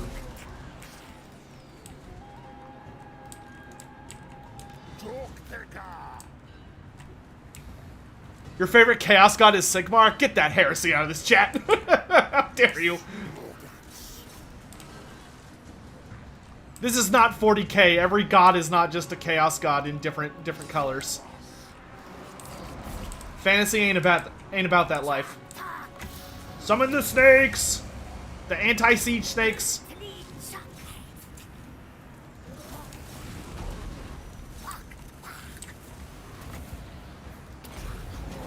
Oh god. Oh god, that giant is just beating the tar out of my poor Scarvet. Ah! No! He killed the Scarvet. What a rude boy. Okay, y'all are out of ammo. Let's bring you down here for a flank or rear charge there. Saurus, forward! Chameleon Skinks, forward! Give me that sweet poison goodness. Okay, let's get rid of the chariot. Okay, let's get in a rear charge on the Chaos Warriors. Dive, dive, dive!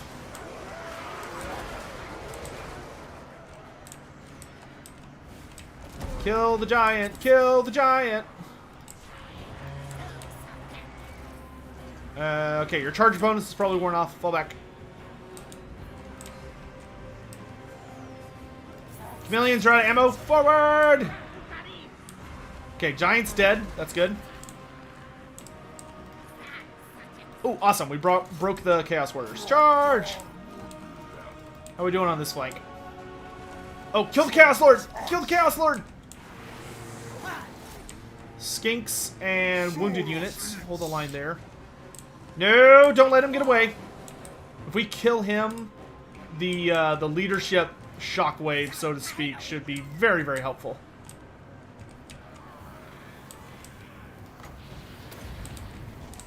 Surprise butt attack. What is the lore of beasts about, and any interesting info about it? Well, what do you think it's about? It's about beasts. Oh god, there's Chosen in there. Yeah, the lore of beasts is the magic of the wilds. It's the magic of bestial creatures, monsters, the untamed wilds, anything and everything in that category. After them! After them!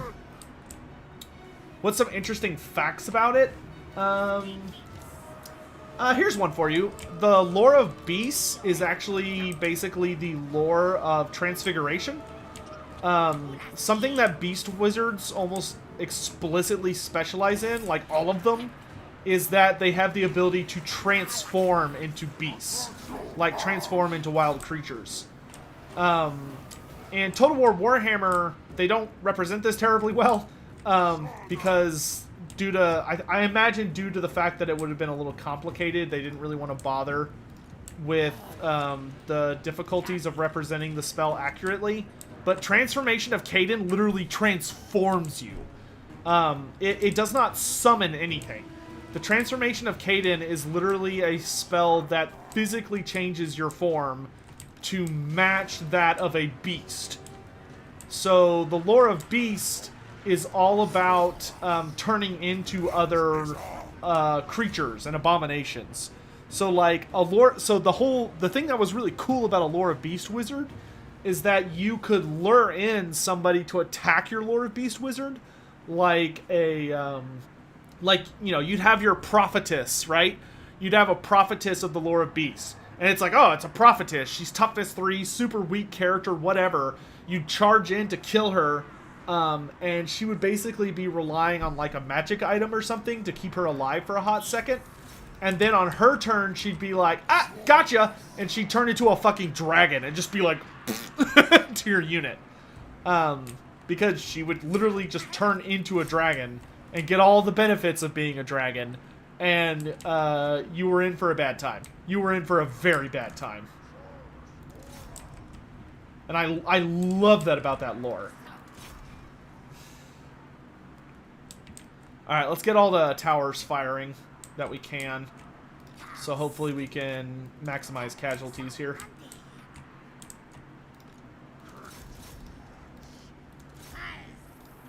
Actually, yeah. Oh, no. Shoot the Chaos Knights. I don't know if there's going to be enough time to hit them with a volley, but we'll try.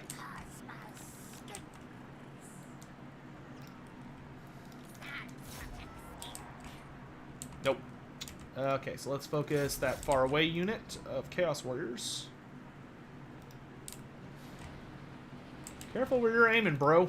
Don't hit the cold ones.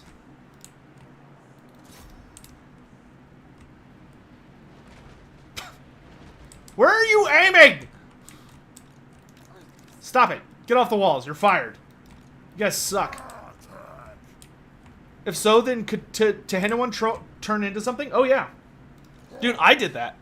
When I would play tabletop, Tehenhauin honestly tended to be a lot more powerful on foot, because if you took Tehenhauin on foot, then you could join him into swarm units. So you could take a unit of jungle swarms and you could put Tehenhauin in it. He was the only character in the game that could join swarms. So you would put him in a swarm unit, which would make them unbreakable, which was hilarious. And he would absolutely be a terror to deal with. Because then what you could do is if the enemy got too close, you could 6 dice Transformation of Caden and turn him into an Emperor class dragon.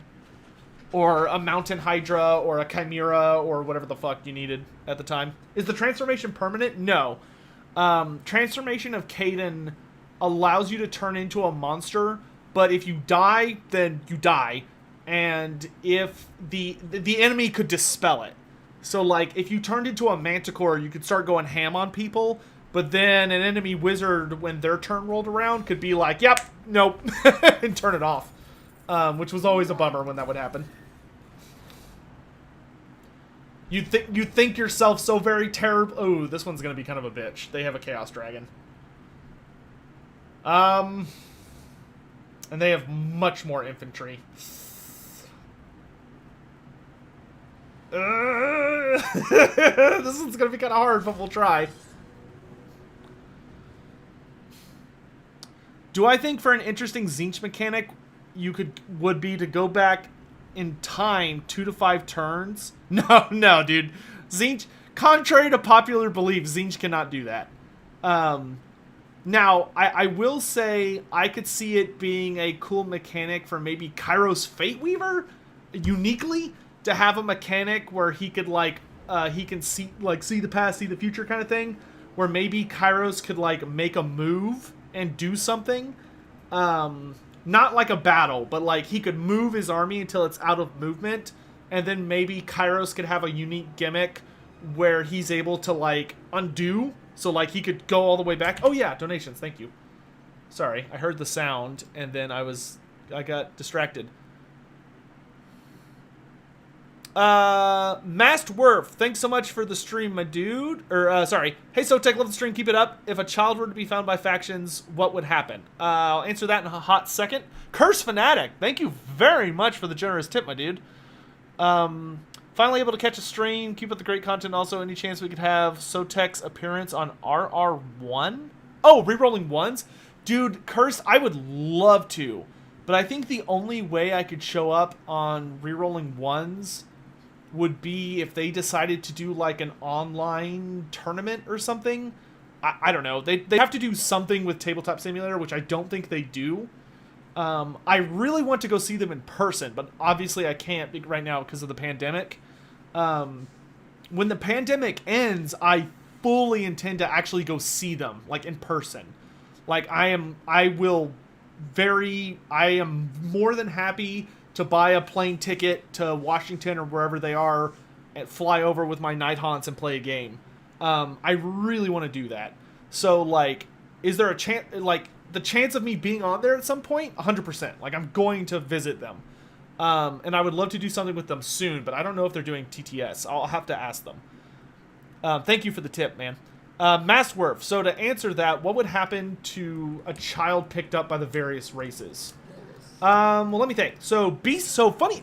This might actually surprise some of you guys. Beastmen are actually very accepting of children, which is really funny.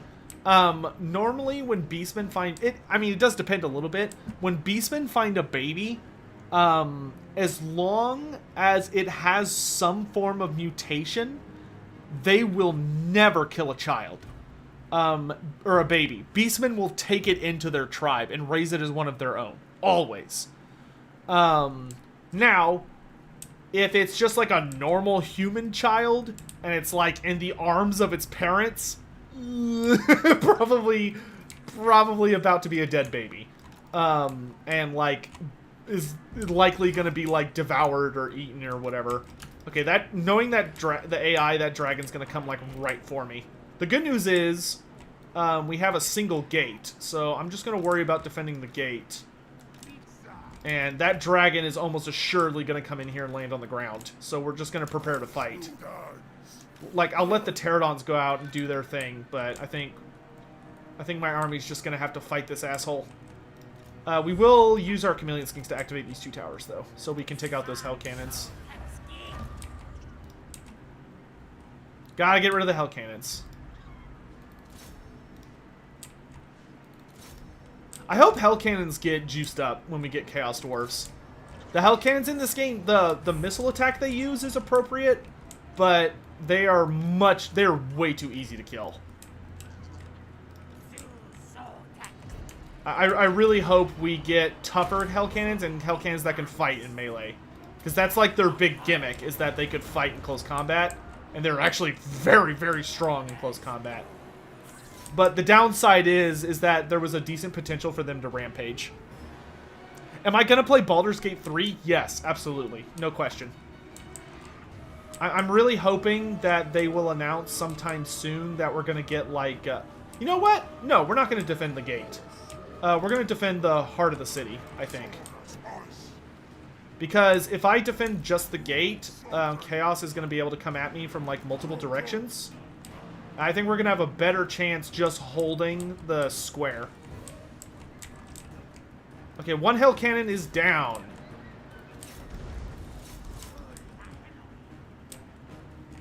Dragon hasn't moved yet. Oh, he's got poisoned attacks? Ew. Okay. I don't know what's giving him poison, but that's unpleasant. What a nasty big boy. Oh, here he comes. Alright, Hell Cannon's almost down.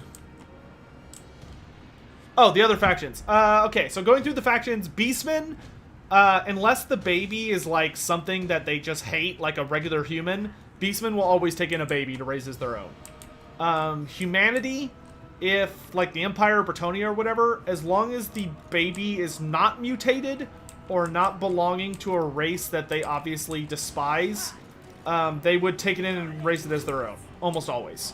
Or at least like find a place for it in their society or hand it off to someone that could raise it. Like if dwarves found a human baby, unless there was like, it was impossible for them to do for some reason, they would always send that baby off to the appropriate nearby human settlement. Oh, look out, look out, look out, look out! Brace, brace, brace, brace, brace, brace, brace, brace, brace, brace, brace, brace, and braced. Kill that dragon! Kill that dragon! Kill that dragon! Okay, dead dragon. Good. Now we gotta very, very quickly spread out and fight all these assholes running in through the gate. Push them back! Saurus, forward! Chameleons, back rank.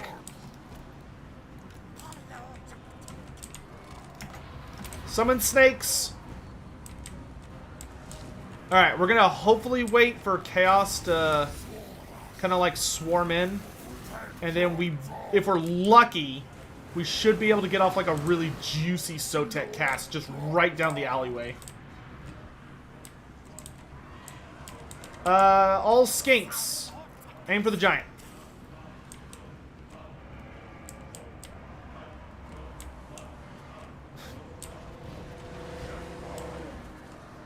Let's see, what else? Elves? Elves would probably, well, it depends on the elf. Dark Elves would definitely take in a baby, would raise, actually, you know, honestly, most elves would take in a child, but they would definitely raise it as a type of slave. Like, wood elves might well sacrifice the babe to the forest, to appease it and to give it something. I don't feel too great about that angle, but let's see what happens.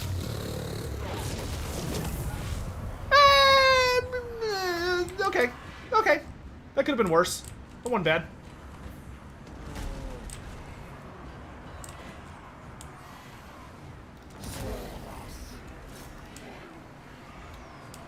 Let's see. Who else?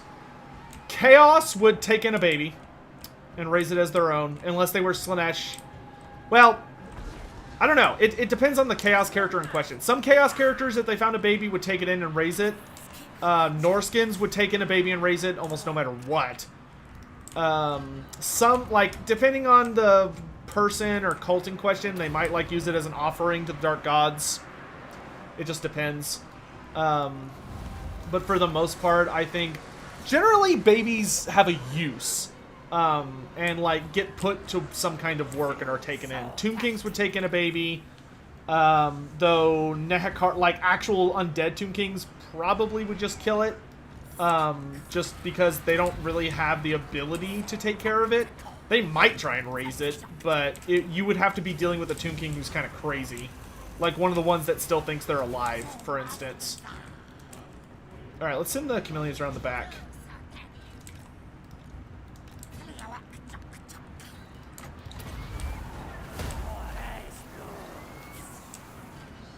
Lizardmen? I don't know what Lizardmen would do with a baby, to be totally honest. It probably depends on who's in charge of the situation. If a Saurus found a baby, they would probably kill it.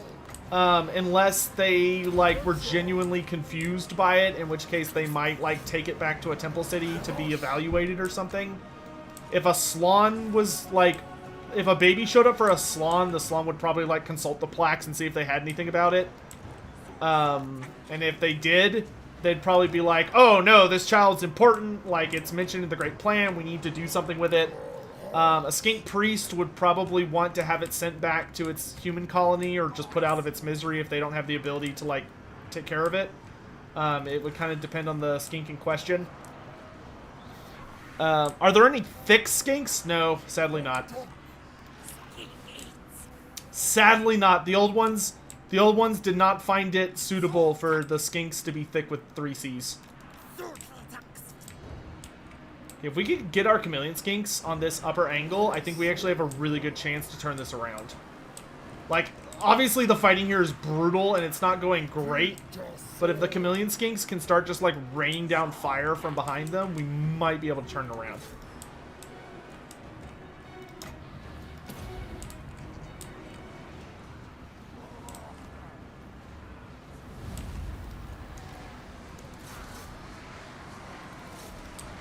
Ah, feral cold ones!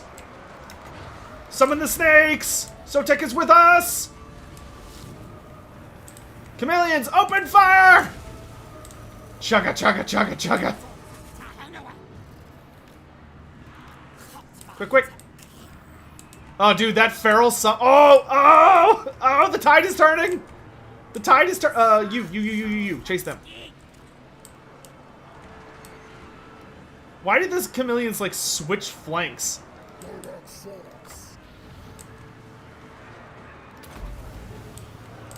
Keep fighting! Okay, I need to dedicate units to, like, chase out fleeing. Oh my god! Oh my god! Open fire! You said that there's 6 Chaos Gods. Yeah, well, there's 6 big ones. You have the big 4, Korns, Nurgle, Zinch, Slanesh. Then you have the 2 minor Chaos Gods. You have the Great Horned Rat and Hashit. Which Hashit, yeah, I'm aware I was losing control there. But Hashit, oh god, they rallied behind me. Oh god. Hashit is the god of the Chaos Dwarves. But he is a Chaos God. He's not just some weirdo that showed up. I mean, he's kind of just a weirdo that showed up. Ooh, god. Them rallying behind me and getting that surround might be game. I'm not sure. Chameleon Skink, save the day! Private Chameleon Skink, fire! No, I did not miss Malal. Malal is not an entity in Warhammer Fantasy. Do you think Ulrich is going to be in Age of Sigmar? No. I think Ulrich will be mentioned from time to time in Age of Sigmar, but I don't think he will be in Age of Sigmar. I think Ulrich is going to be left alone as a Warhammer Fantasy god. Does the Great Maw count as a Chaos God? No. The Great Maw has no influence or power within the realm of Chaos. He's just a god. Granted, he's a very powerful god and a very scary god. Oh. Feral cold ones from downtown!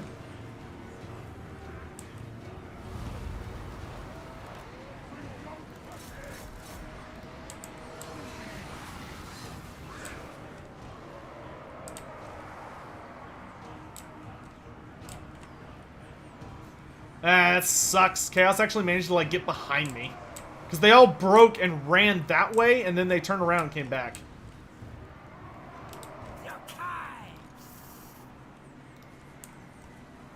Oh, dude, this is gonna come down to the wire.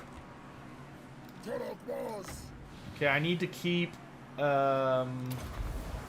just these guys fighting as much as possible. Let's bring you down. Yeah, we gotta reclaim the square, dude. So if we can get these chameleons back here. Let's bring these two groups down. Quick, quick, quick, quick! This doesn't do anything, but it makes me feel better, so I'm gonna throw it down. Oh, fuck off, Chaos!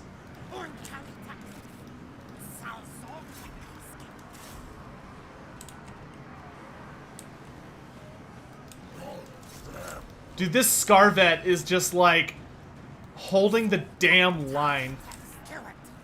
We gotta break these Chaos Knights. Ah, there they go! Ah, Chameleon Kings forward!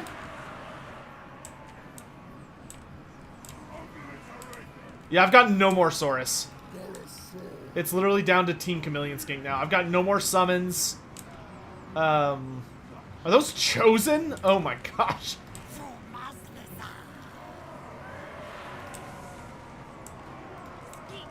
Got 98 seconds. Yeah, I don't think we're gonna get this. Like, those Chameleon Skinks are fighting heart and soul, dude. But there's a lot of chosen.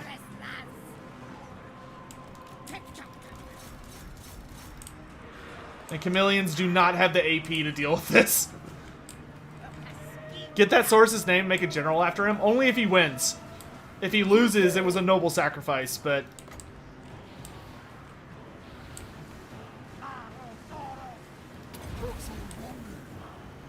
I mean, we are fighting to the bitter damn end here. God, if I had one more Saurus unit left, I think we could take this. Yeah, no, we're gonna lose. That's okay, though. I mean, we killed the dragon. And Chaos will be... This army won't be able to take anything else.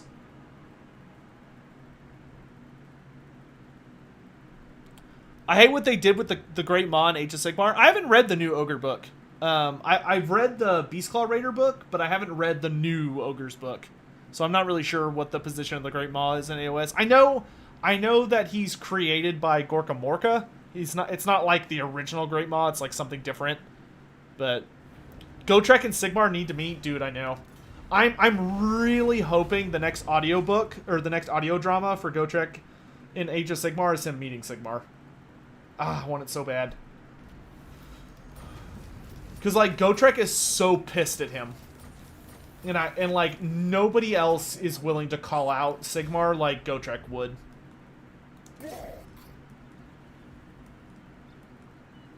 Hey, Professor Pone, how you doing, buddy? I'm tempted to auto-resolve that, but I'm not doing that anymore.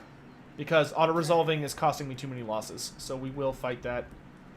Gosh darn. I don't really want to deal with all these Norskins, but I don't really have a choice, do I? Alright, Tehenhauin's going to need some time to rebuild. Nakai will be ready to ship off next turn. Mazda Mundi is going to reclaim the mountains for me.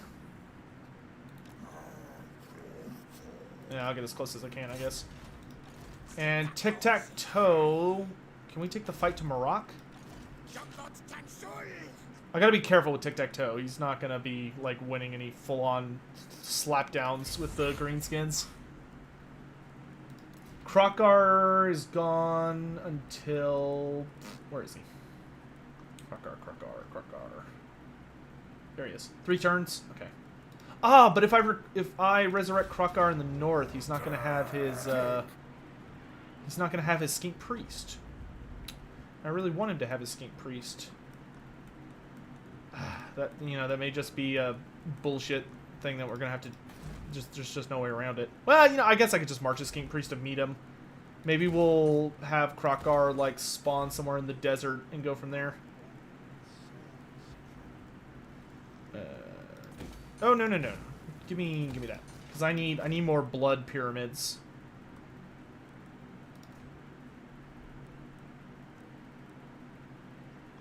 Oh, no, I have enough. Okay, I have enough pyramids. Literally, the only things I still need is, like, a global alliance. And we need, like, Oh, God, there's a lot of bad guys.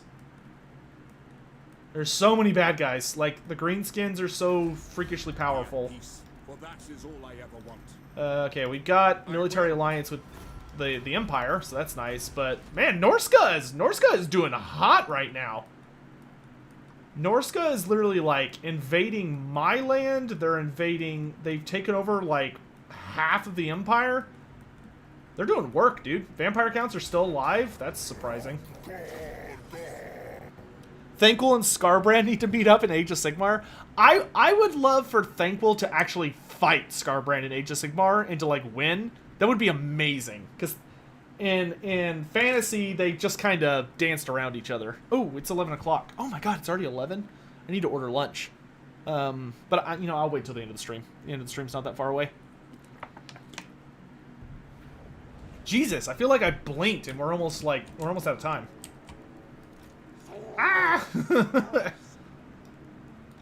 Also, for those wondering, I have been watching footage of Necromunda. I'm not super sold on it yet, so I've been watching like other streamers play it, but I'll keep an eye on it, and if I like really like what I see, I will play it. Right now, it kind of looks like Mordheim with way better graphics, but way shittier factions because they're boring. Not that I'm biased or anything, but yeah. I don't remember why all of my swords have Vanguard, but it's kind of hilarious. Alright, Gorok, you're up. Oh, he's got nasty towers. We are not waiting. We are not waiting. Initiate climb protocol immediately.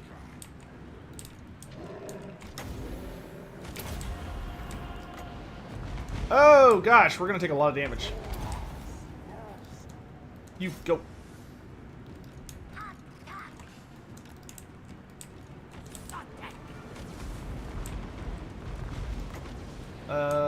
Let's do that. Bubble me. Alright, we need to do our best to get rid of all these ranged units on the walls.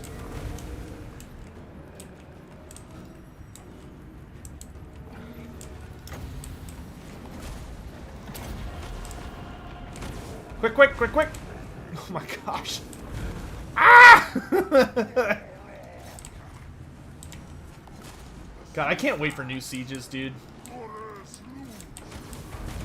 The siege rework, if they do it right, it's gonna really vault this game from like being okay to like being like god tier.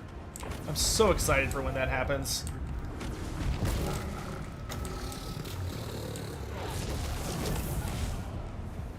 It hit something. Not a lot, but something.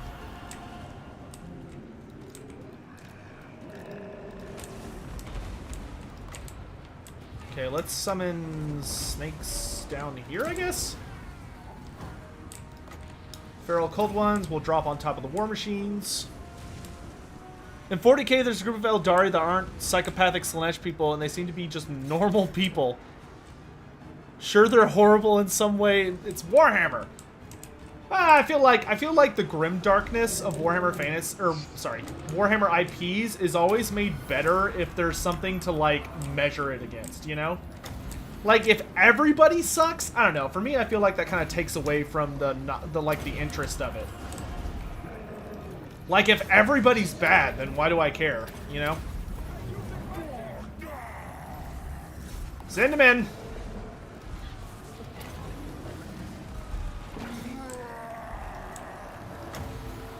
Suck on this!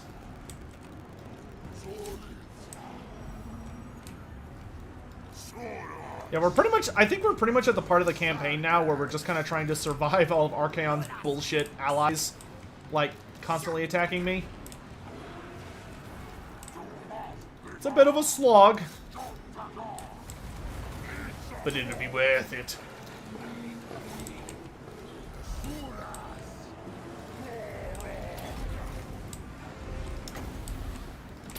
Kind of just looking for pockets of resistance.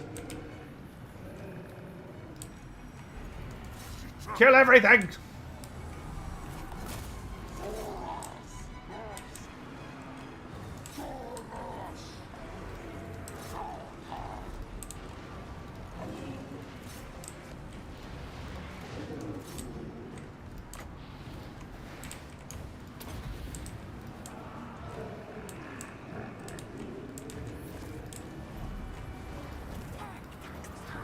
Wow, you know they're getting desperate when they're sending in the harpies.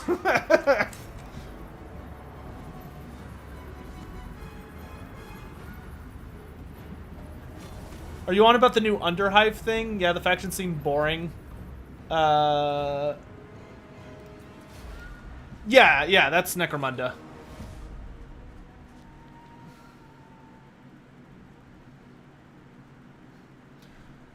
What was Grombrindal up to leading up to the end times? Grombrindal leading into the end times was just kind of doing what he always does. The thing to note about Grombrindal is that he is essentially a spirit that is drawn to particular situations. He does not really seem to be a entity that is going about like a particular plan, so to speak. Like, Grombrindal's focus isn't trying to accomplish, like, a particular goal or, like, save a particular place. More, he's kind of a almost spiritual entity who wanders around the Karaz Ankor finding dwarves right before battle, and he basically lends his wisdom / advice to them with the understanding of that he's there to often hear, like, the last words of a dwarf. So, like, if a dwarf is about to die in battle, it is not unusual for Grombrindal to appear at that moment, and he basically, like, records their final words, or they beg him, more like, to fulfill some, like, final task or errand that they are not able to perform. Like, maybe there's a loved one that is in grave danger, or they have some kind of package that needs to be delivered, or like an heirloom that they want passed down to their kin, or perhaps the enemy that they're trying to kill is some, like, mighty foe of the dwarves who, if they don't kill him, this entity will essentially escape judgment. And Grombrindal basically kind of will take up that mission, and he will basically go on, like, a one-man crusade to hunt them down and kill them, or to enact that dying dwarf's final wish by, like, delivering something to their kin or whatever. He's not Dwarven FedEx. He's more like a Dwarven Ghost of Vengeance. He's more like he is a force, not a true individual anymore. Because I would honestly say that if Grombrindal was, like, a genuine individual who was motivated or inspired by accomplishing certain tasks, I think he would have gone after Malekith almost immediately, but he never does. So yeah, he's an Oathbearer. He is someone that finds you when you are on death's door and there's nothing awaiting you except for that dark abyss, and he kneels down beside you as you're bleeding out, and you have a moment to, like, pass on your oaths to him so that you can make it into the halls of the ancestors, or whatever it is that needs to be said. You say it, and then that's the end. You know, death embraces you. Because, I mean, let's be honest, if he was a character that was going to, if he was a character that was, like, going to be avenging his own personal things, then surely he would have gone to confront the likes of Grimgor Ironhide or Queek Headtaker or, like, any of those characters, but he doesn't. Because that's not his role. That's not why he came back. You know, he came back because an oath was violated in such an extreme way that his spirit could not rest. So he came back to do what he felt needed to be done, which was to, I assume, ensure that doesn't happen to others. But whenever you read a book or a short story that involves Grombrindal, he always takes the role of, not an advisor, but as a ghost of warning that is almost never heeded. And because he is not ever heeded, usually something terrible happens. And the dwarf he was trying to warn or whatever ends up dying. And because of that, he will usually allow them to, like, he will usually stand to hear their final words, and then he picks up his axe to go avenge what needs to be done, like killing the person that killed them, or you know, any of the other myriad of things I mentioned. But yeah, so leading up to the end times, I think he was just doing his thing. But then when the end times culminated and like everyone, literally everyone, left, being dragged into Middenheim for the final battle against Archaon. Yeah, I genuinely believe that he was at that point able to, like, I guess manifest in Malekith's presence, and when he did, he finally had that moment, that conversation, which was unfortunately kind of a big letdown. I wish there had been a longer talk between the two of them. It was definitely a fleeting moment that could have literally been its own book. It was such a big deal. Huh, that's weird. Why are my units not claiming multiple things? Strange. Okay. How do I want to do this? We're definitely going to have the skinks fall back as soon as these guys start making contact with the walls. We'll just do as much damage as we can leading up to that.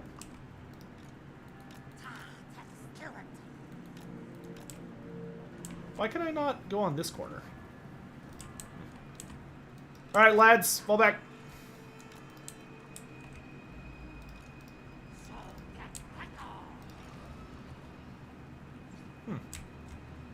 It's strange that I can't deploy in that corner.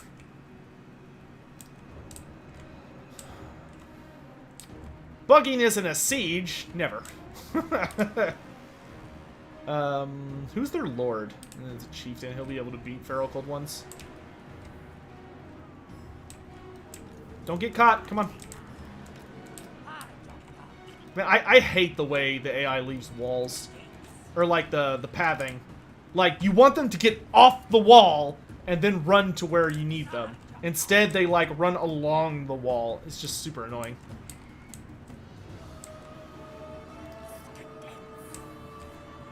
Okay, let's have these guys go ahead and fall back. Ooh, I'm getting hungry! Wall fighting is always horrible. It's not the wall fighting that bothers me, it's the wall pathing. Oh, baby. Don't move. Don't move. Don't move. Don't move. Don't move. Don't move. Don't move. Don't move. Don't move. Don't move. Don't move. Don't. Oh, yes! Wow, that did not kill anybody. Like, it did a lot of health damage. Look how bad that... Oh, my fucking... Look at that! They lost 4 guys, 3 guys, 4 guys. A little more than that. Are you kidding? He did single-digit death. Wow, that ability is fucking trash. Ah, CA, why are you so bad at making Lizardmen content? You're so bad at it. Why are you so bad? It hurts my heart.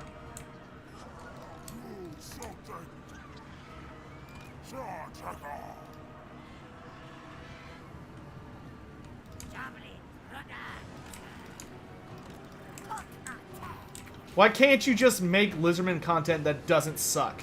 Surely it's not that hard. Maybe it is. Oh my god.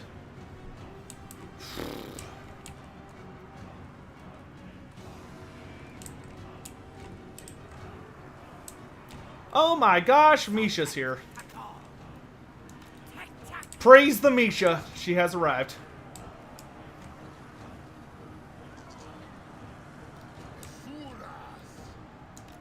Trying to kind of...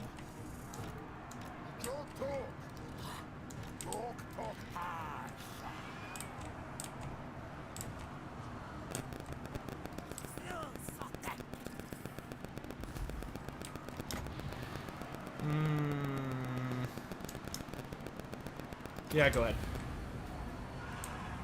Man, I would give anything to have a skink priest in this garrison. Oh my gosh.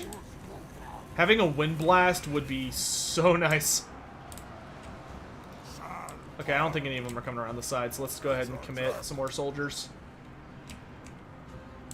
Where's the other dinosaurs?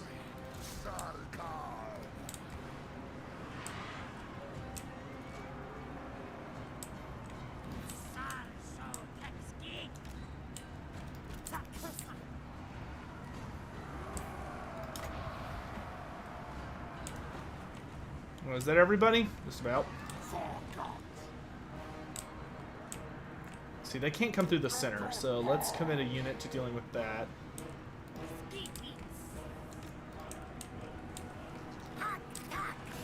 Yeah, you guys should be shooting. You need to get shooting. Come on. Okay, let's bring in pterodons.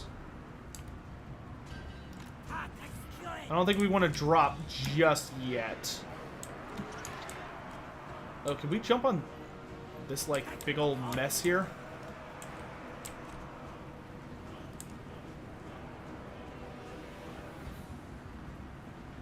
Hit it! Oh! That was a good one. I felt that in my bones.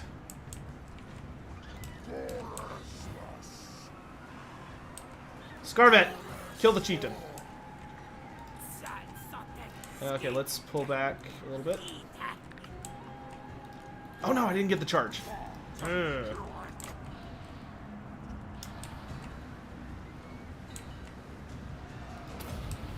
Summon some units to attack from behind.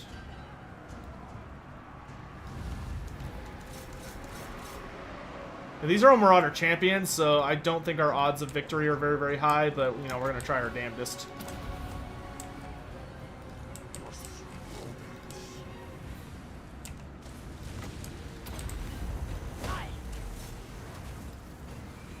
Yeah, they've even got Marauder Horsemasters. Can y'all shoot something? Maybe?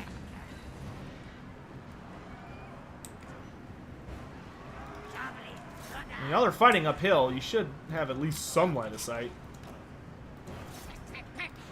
Bring these guys back.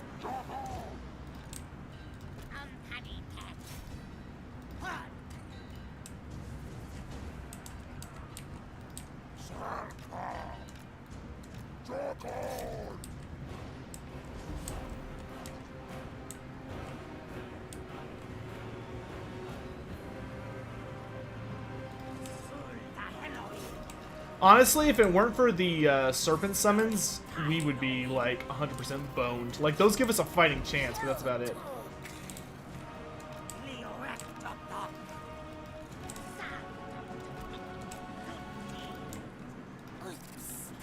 I guess let's have the skinks with javelins cover these like side entrances.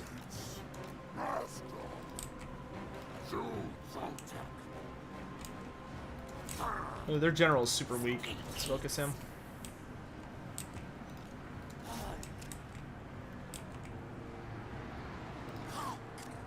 Yep, doing a good job, guys. Oh boy. Kill him. Are there any key books that Ungrim is a factor in? Ungrim plays a role in... Ungrim is technically a main character in the Gotrek and Felix book known as The Road of Skulls, which that book takes place at Kadak Kadrin, so he's a significant character, as is his son, Garagrim. So if you want to learn... and his wife, Kemma. So if you want to learn a lot about Ungrim, probably the best narrative book for that is The Road of Skulls. Road of Skulls is a lot of fun. The only problem I have with The Road of Skulls is that they kind of depower Ungrim a bit. Like, Ungrim makes some kind of silly mistakes in that book, and he ends up losing a fight to a creature that he probably shouldn't have. But it's to, like, kind of help the narrative focus a little bit. Ungrim isn't quite as strong as he should be in that book. But The Road of Skulls is a really good... It's a very fun book. It's basically a chaos invasion of Kadak Kadrin that has a lot of really interesting things going on. Alright, so well, that's good. We stopped Norska at this settlement, so that's really nice. Norska's invasion of Lustria is not going flawlessly, at least. Skinks! Let's activate those towers.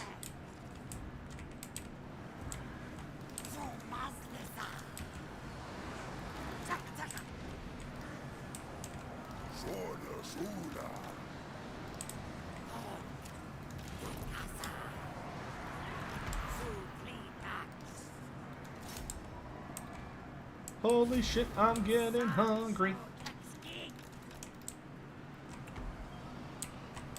The the Gotrek and Felix audiobooks they've been releasing have been really good so far. Yeah, I think that's actually what I want to do for our Discord events. Guardian Nation. Sorry, I did not I did not see your comment. Oh wait, no. Crazy, with the 3070 announcement on eBay, the 2080 Ti's just a week ago were selling for 1200 plus. Now they're selling for 500. Oh my gosh. Like I'll admit, I'm what I like to refer to as hardware illiterate. Like I have a vague understanding of hardware, but like I don't really know what's going on with hardware a lot of the time. I don't like to install my own hardware. I usually take it to a shop that's down the street from me because they do a killer job. And I don't have to deal with the stress of it because I get very easily stressed out by installing like new parts. Yeah, those guys do a great job. Like, not only is their service like very cheap, but they do an amazing job, and it's clean. Like, the first time I took my PC there, it was after I had built my PC myself, and they were like, hey, I paid them, and it was a reasonable price to fix some stuff and install some new parts. But they were like, oh yeah, while we were in there, we went ahead and, like, cleaned up all of your cord management, and, like, I opened my PC, and it was like, it was beautiful. It was so pretty. I was like, oh my gosh, like, this is so nice. And they didn't even charge me for that. Earned a customer for life when they did that.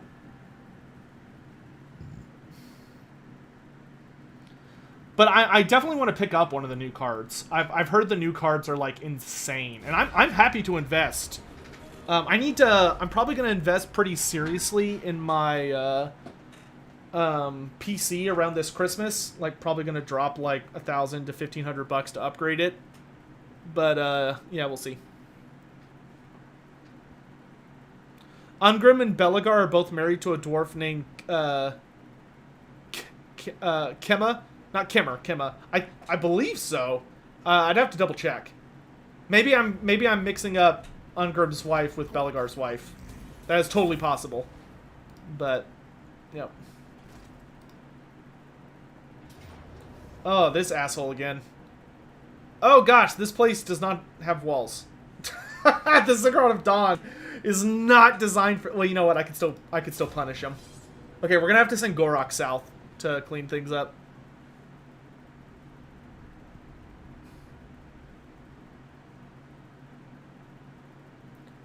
Desolated Maggot. Oh yeah, Desolated Maggot. I'm not buying anything until Christmas or around Christmas. Like, my PC is great for what it's doing right now. I would like to upgrade it so I can do more, but like for what I need it to do, it's doing a pretty great job.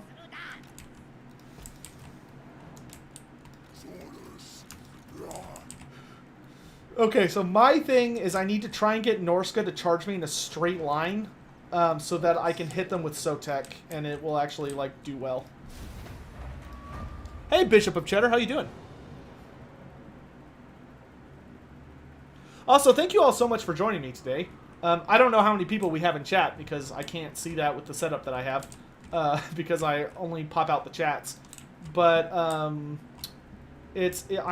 super pleased that things seem to be pretty popping today. So that's awesome.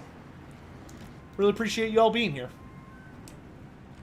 Has there ever been a major conflict between the Lizardmen and the Greenskins? Yes, absolutely. During the time after, so between the Great Catastrophe, which was when chaos like birthed into existence, between the Great Catastrophe and the the arrival of like Sigmar and Sotek and all that stuff, there was a very big war where basically the Lizardmen fought against like the Savage Orc tribes of Lustria, and it lasted for centuries until Krokar finally got sent out to manage the situation. And Krokar went out there and basically... Ooh, hoo, hoo, that was a good shot. Krokar basically went out there and like curb stomped all the Greenskins. It took him hundreds of years. But Krokar finally brought an end to the war with like a really big, nasty battle. The way it culminated was basically like he lured all the Greenskins into like a really big area where they had like a massive fight between all the Greenskin tribes and Krokar. And Krokar won the battle by tracking down all 6 of the war bosses, the Savage Orc war bosses, who were all Savage Orcs, and he killed each of them one-on-one. Yeah, these Norskin ice trolls are just like obliterating my armies. This is rough.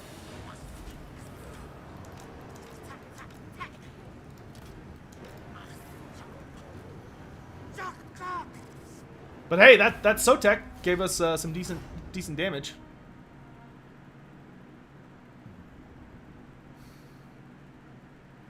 $6,400 viewers. I don't know about that. That sounds a little suspicious. 64. Okay, that's totally good.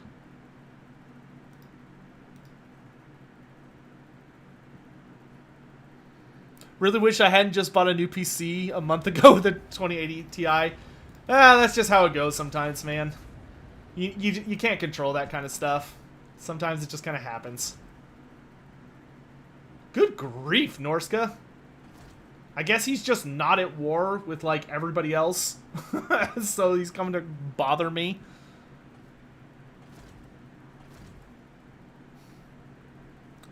In Total War Warhammer 3, what units does the Cult of Ulrich have, and does Ulrich have a Magic Lord him? Ulrich does not have a Magic Lord, but he does have priests. So priests, like the warrior priests are able to, like, cast prayers, which are kind of like spells. Ulrich has his own unique prayers that he would be able to cast. Man, I'm so hungry. Holy crap. Hold on. I'm going to go ahead and order lunch real quick, just because it's going to bother me if I don't, like, know in the back of my head that food's coming. So let me order food real quick, and let's just chat for a hot sec, and then I will fight this battle. Because, like I said, I think I slept for about 36 hours straight yesterday. So, like, now that I'm awake, and I ate breakfast today, I ended up just eating, like, a bunch of turkey meat, like a freaking gremlin. But because of that, like, my body's like, I need calories! Feed me! So I'll just get something that could be delivered while I'm wrapping up things here. What's for lunch? I think I'm just going to order a pizza. Because I'm going to have to, like, I need to, like, make a video and do a bunch of other stuff. But I'm not going to get a large. I'm just going to get, like, a small. How can I sleep so long in one go? It's my superpower. It's a superpower that I think is really terrible, but I think more people suffer from insomnia than people that suffer from sleeping too much. So I always assumed that I hate my version because it means the shit you do sounds pretty unhealthy. You're not wrong. I mean, thankfully it doesn't happen super often. I don't know what happened. I think I was just not feeling well or something. And when I feel bad, I just rest for like eternity.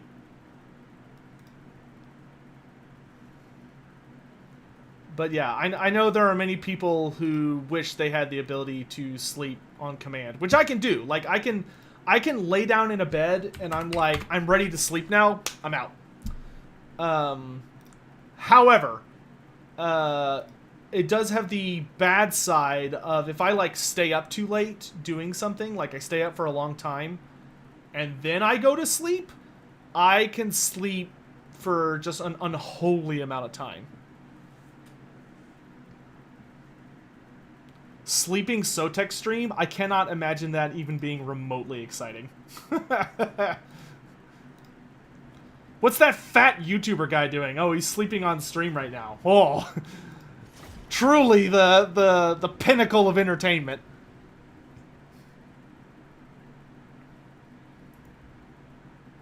Won't that get you banned on Twitch?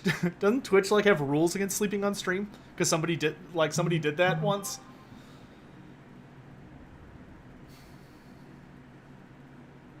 Chaos God of Sleep? Nah, dude, I'm just a Slaanesh. That's the specialty of Slaanesh Mage Priests. It also helps that I have very vivid dreams, so like I enjoy sleeping because the dreams I have tend to be like very enjoyable experiences, I guess. Like I love dreaming. Like usually when I wake up from a dream, I'm pretty disappointed. Because dreaming is a very special experience for me. Nah, don't put the javelins on the flanks. Let's put them by the front door. So we can just mow down whatever comes through. Whatever comes through that gate! You will hold your ground!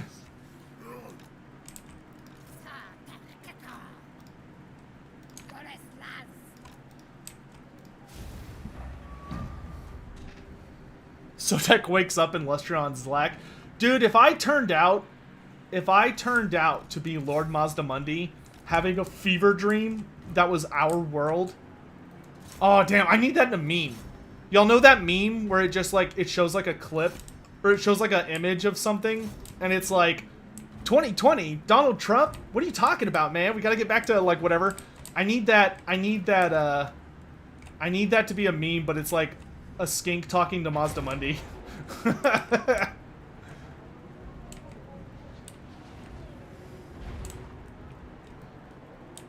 And those hell cannons are doing a shitload of damage. Good grief.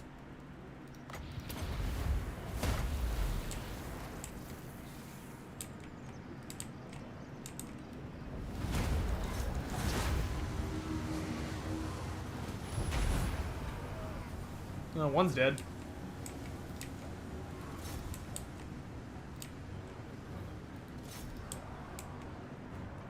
Sotek isn't fat, he's just Slaanesh boned. Listen, dude. I am all about the idea of like body positivity or whatever, but I am also very realistic about my situation. I am a large individual. Now, granted, am I like horrendously fat? No. Like I'm okay. But I am overweight, and that's okay. Like, it's something I would like to change about my life, but I don't, like, deny it. I think it's healthy to be aware of your health situation. And not to be like, oh no, I'm fine. It's like, no. No. No, you need to... It's important to be realistic about your situation so that you feel... No, I don't hate myself either. Like, I love myself. I am genuinely someone that, despite my weight or whatever, like, if I see myself in a mirror in the morning, I'm like, yeah, I'm happy to see myself. I'm not filled with self-loathing, which I know many people are. I don't think that's healthy. I don't think you should ever look in a mirror and be, like, genuinely depressed by what you see. Like, it's important not to hate yourself. Like, it's okay to want improvement. It's okay to look at yourself and be like, I can do better than this. Like, and I want to make a change. That's good. You should do that. But don't hate yourself. That doesn't help anybody.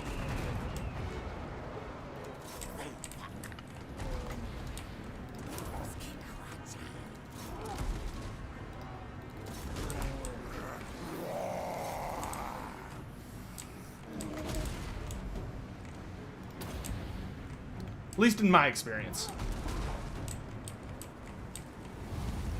I know there are some people that are motivated by self-hatred, but, you know, that I think that tends to be more rare. And I'm still not convinced that it's a healthy lifestyle. Don't hate yourself. There's already enough hate in the world. Love yourself. You deserve it, I promise. Even if things aren't perfect right now, even if you've been having a really hard day or week or life and you feel like you've been making a lot of bad decisions, you still deserve to be happy. You're still a valid human being. You deserve love, you deserve happiness. You deserve to look in the mirror and be okay with what you see. Like, it's okay to want improvement. You should always strive to try and make your life better if you can, or make the lives of those around you better if you think you're in a great spot. I mean, good for you then. But don't ever get obsessed with this idea that you're, like, worthless or bad, because that's false. That's literally just nasty bullshit creeping up on you, whether it's coming from an outside influence or coming from, like, your own personal beliefs. Don't give in to that shit.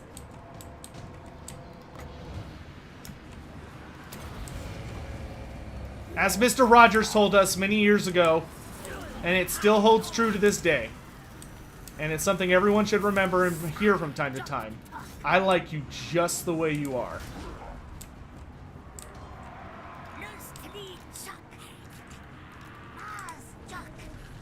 Can Sotek dash through the gate? No, because the Sotek thing is broken as shit. It doesn't do what you would want it to do. Mr. Rogers, who's that? Is that an American thing? Oh, dude. Dude, if you have not been blessed watching stuff of Mr. Rogers, you should do that. It's life-changing. Mr. Rogers was an American children's program. He's also a brother of mine. Oh god, you so tech! Cast it, cast it, cast it. Ah, fuck. Damn it, I held on to it too long.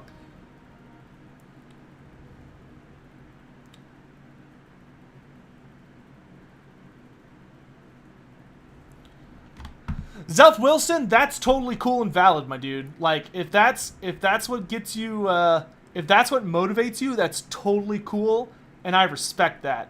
But I think you are a minority of situations. I think most people who indulge in self-hatred do not use it constructively, they use it destructively.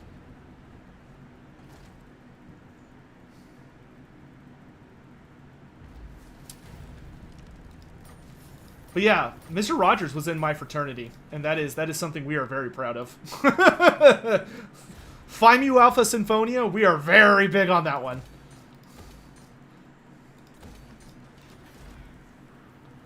And we aspire to carry on his messages as best we can.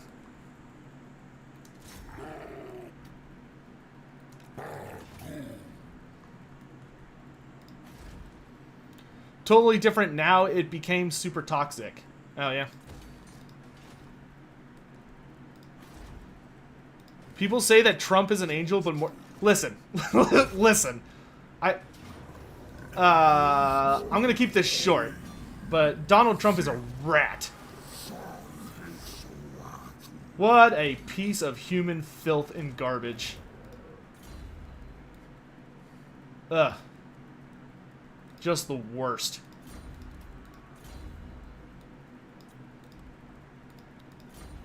That includes... No, I can say what I want.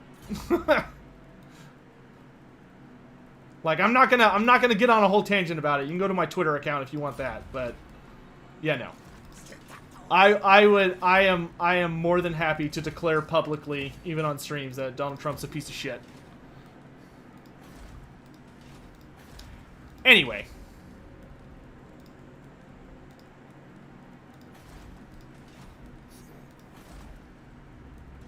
Alright, so we've secured...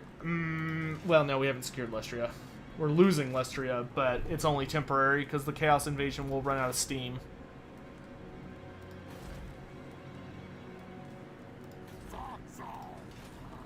We need to send... We need to send Gorok south.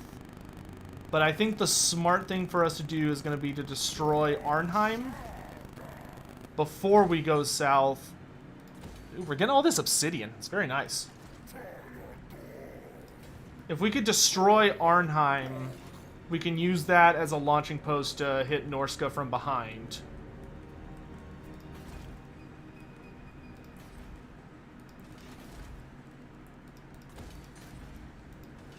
And then Tehenhauin will be ready to march in just a few turns. Okay, we're not going to bother with that. I'm not gonna wait 4 turns for a frickin' Ripperdactyl unit. We'll just pick up. Like another Red Crescent ski. Because he's gotta turn back the tide on that. Nakaya's marching north. We need Sigmar. I'd vote for Sigmar.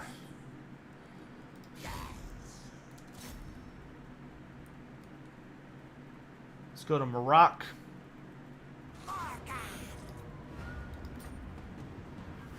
Great, grudges. Thanks for being here, my dude. We're almost done anyway. Oh my gosh, yeah, we're really almost done. All right, dudes. It's pretty much time. It is. Where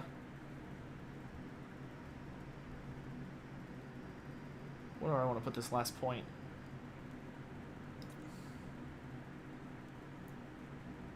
Spawnkin, I guess. It's noon o'clock. That means it is time to stop for the day. I really appreciate all you guys coming by. This has been a lot of fun. However, there are a couple of little announcements that I need to make regarding some stuff on the channel.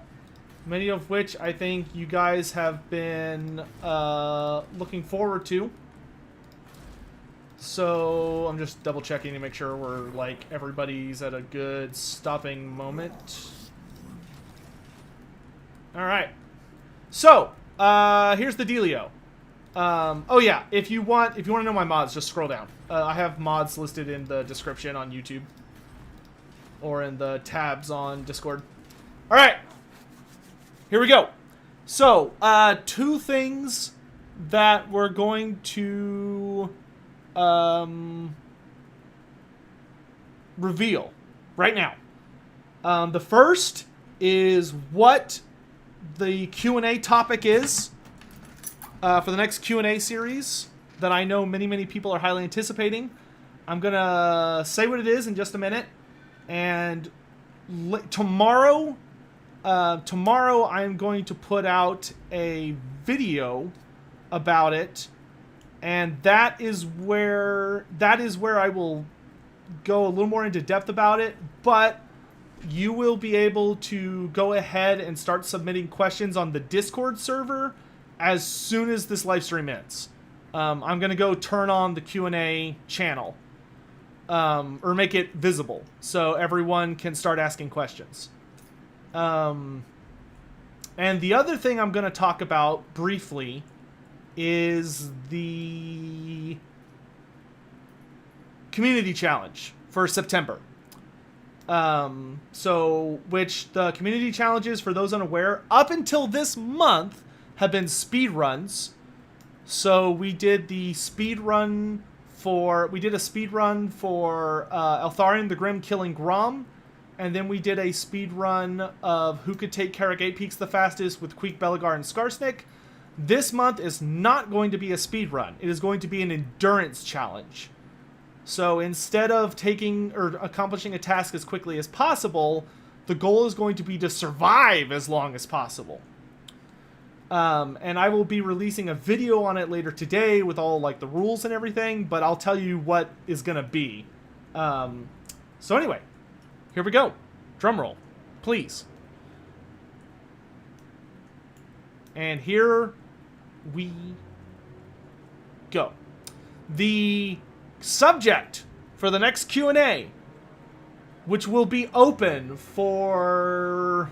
Today is Tuesday. I will close it on Friday. So you have until Friday to answer questions.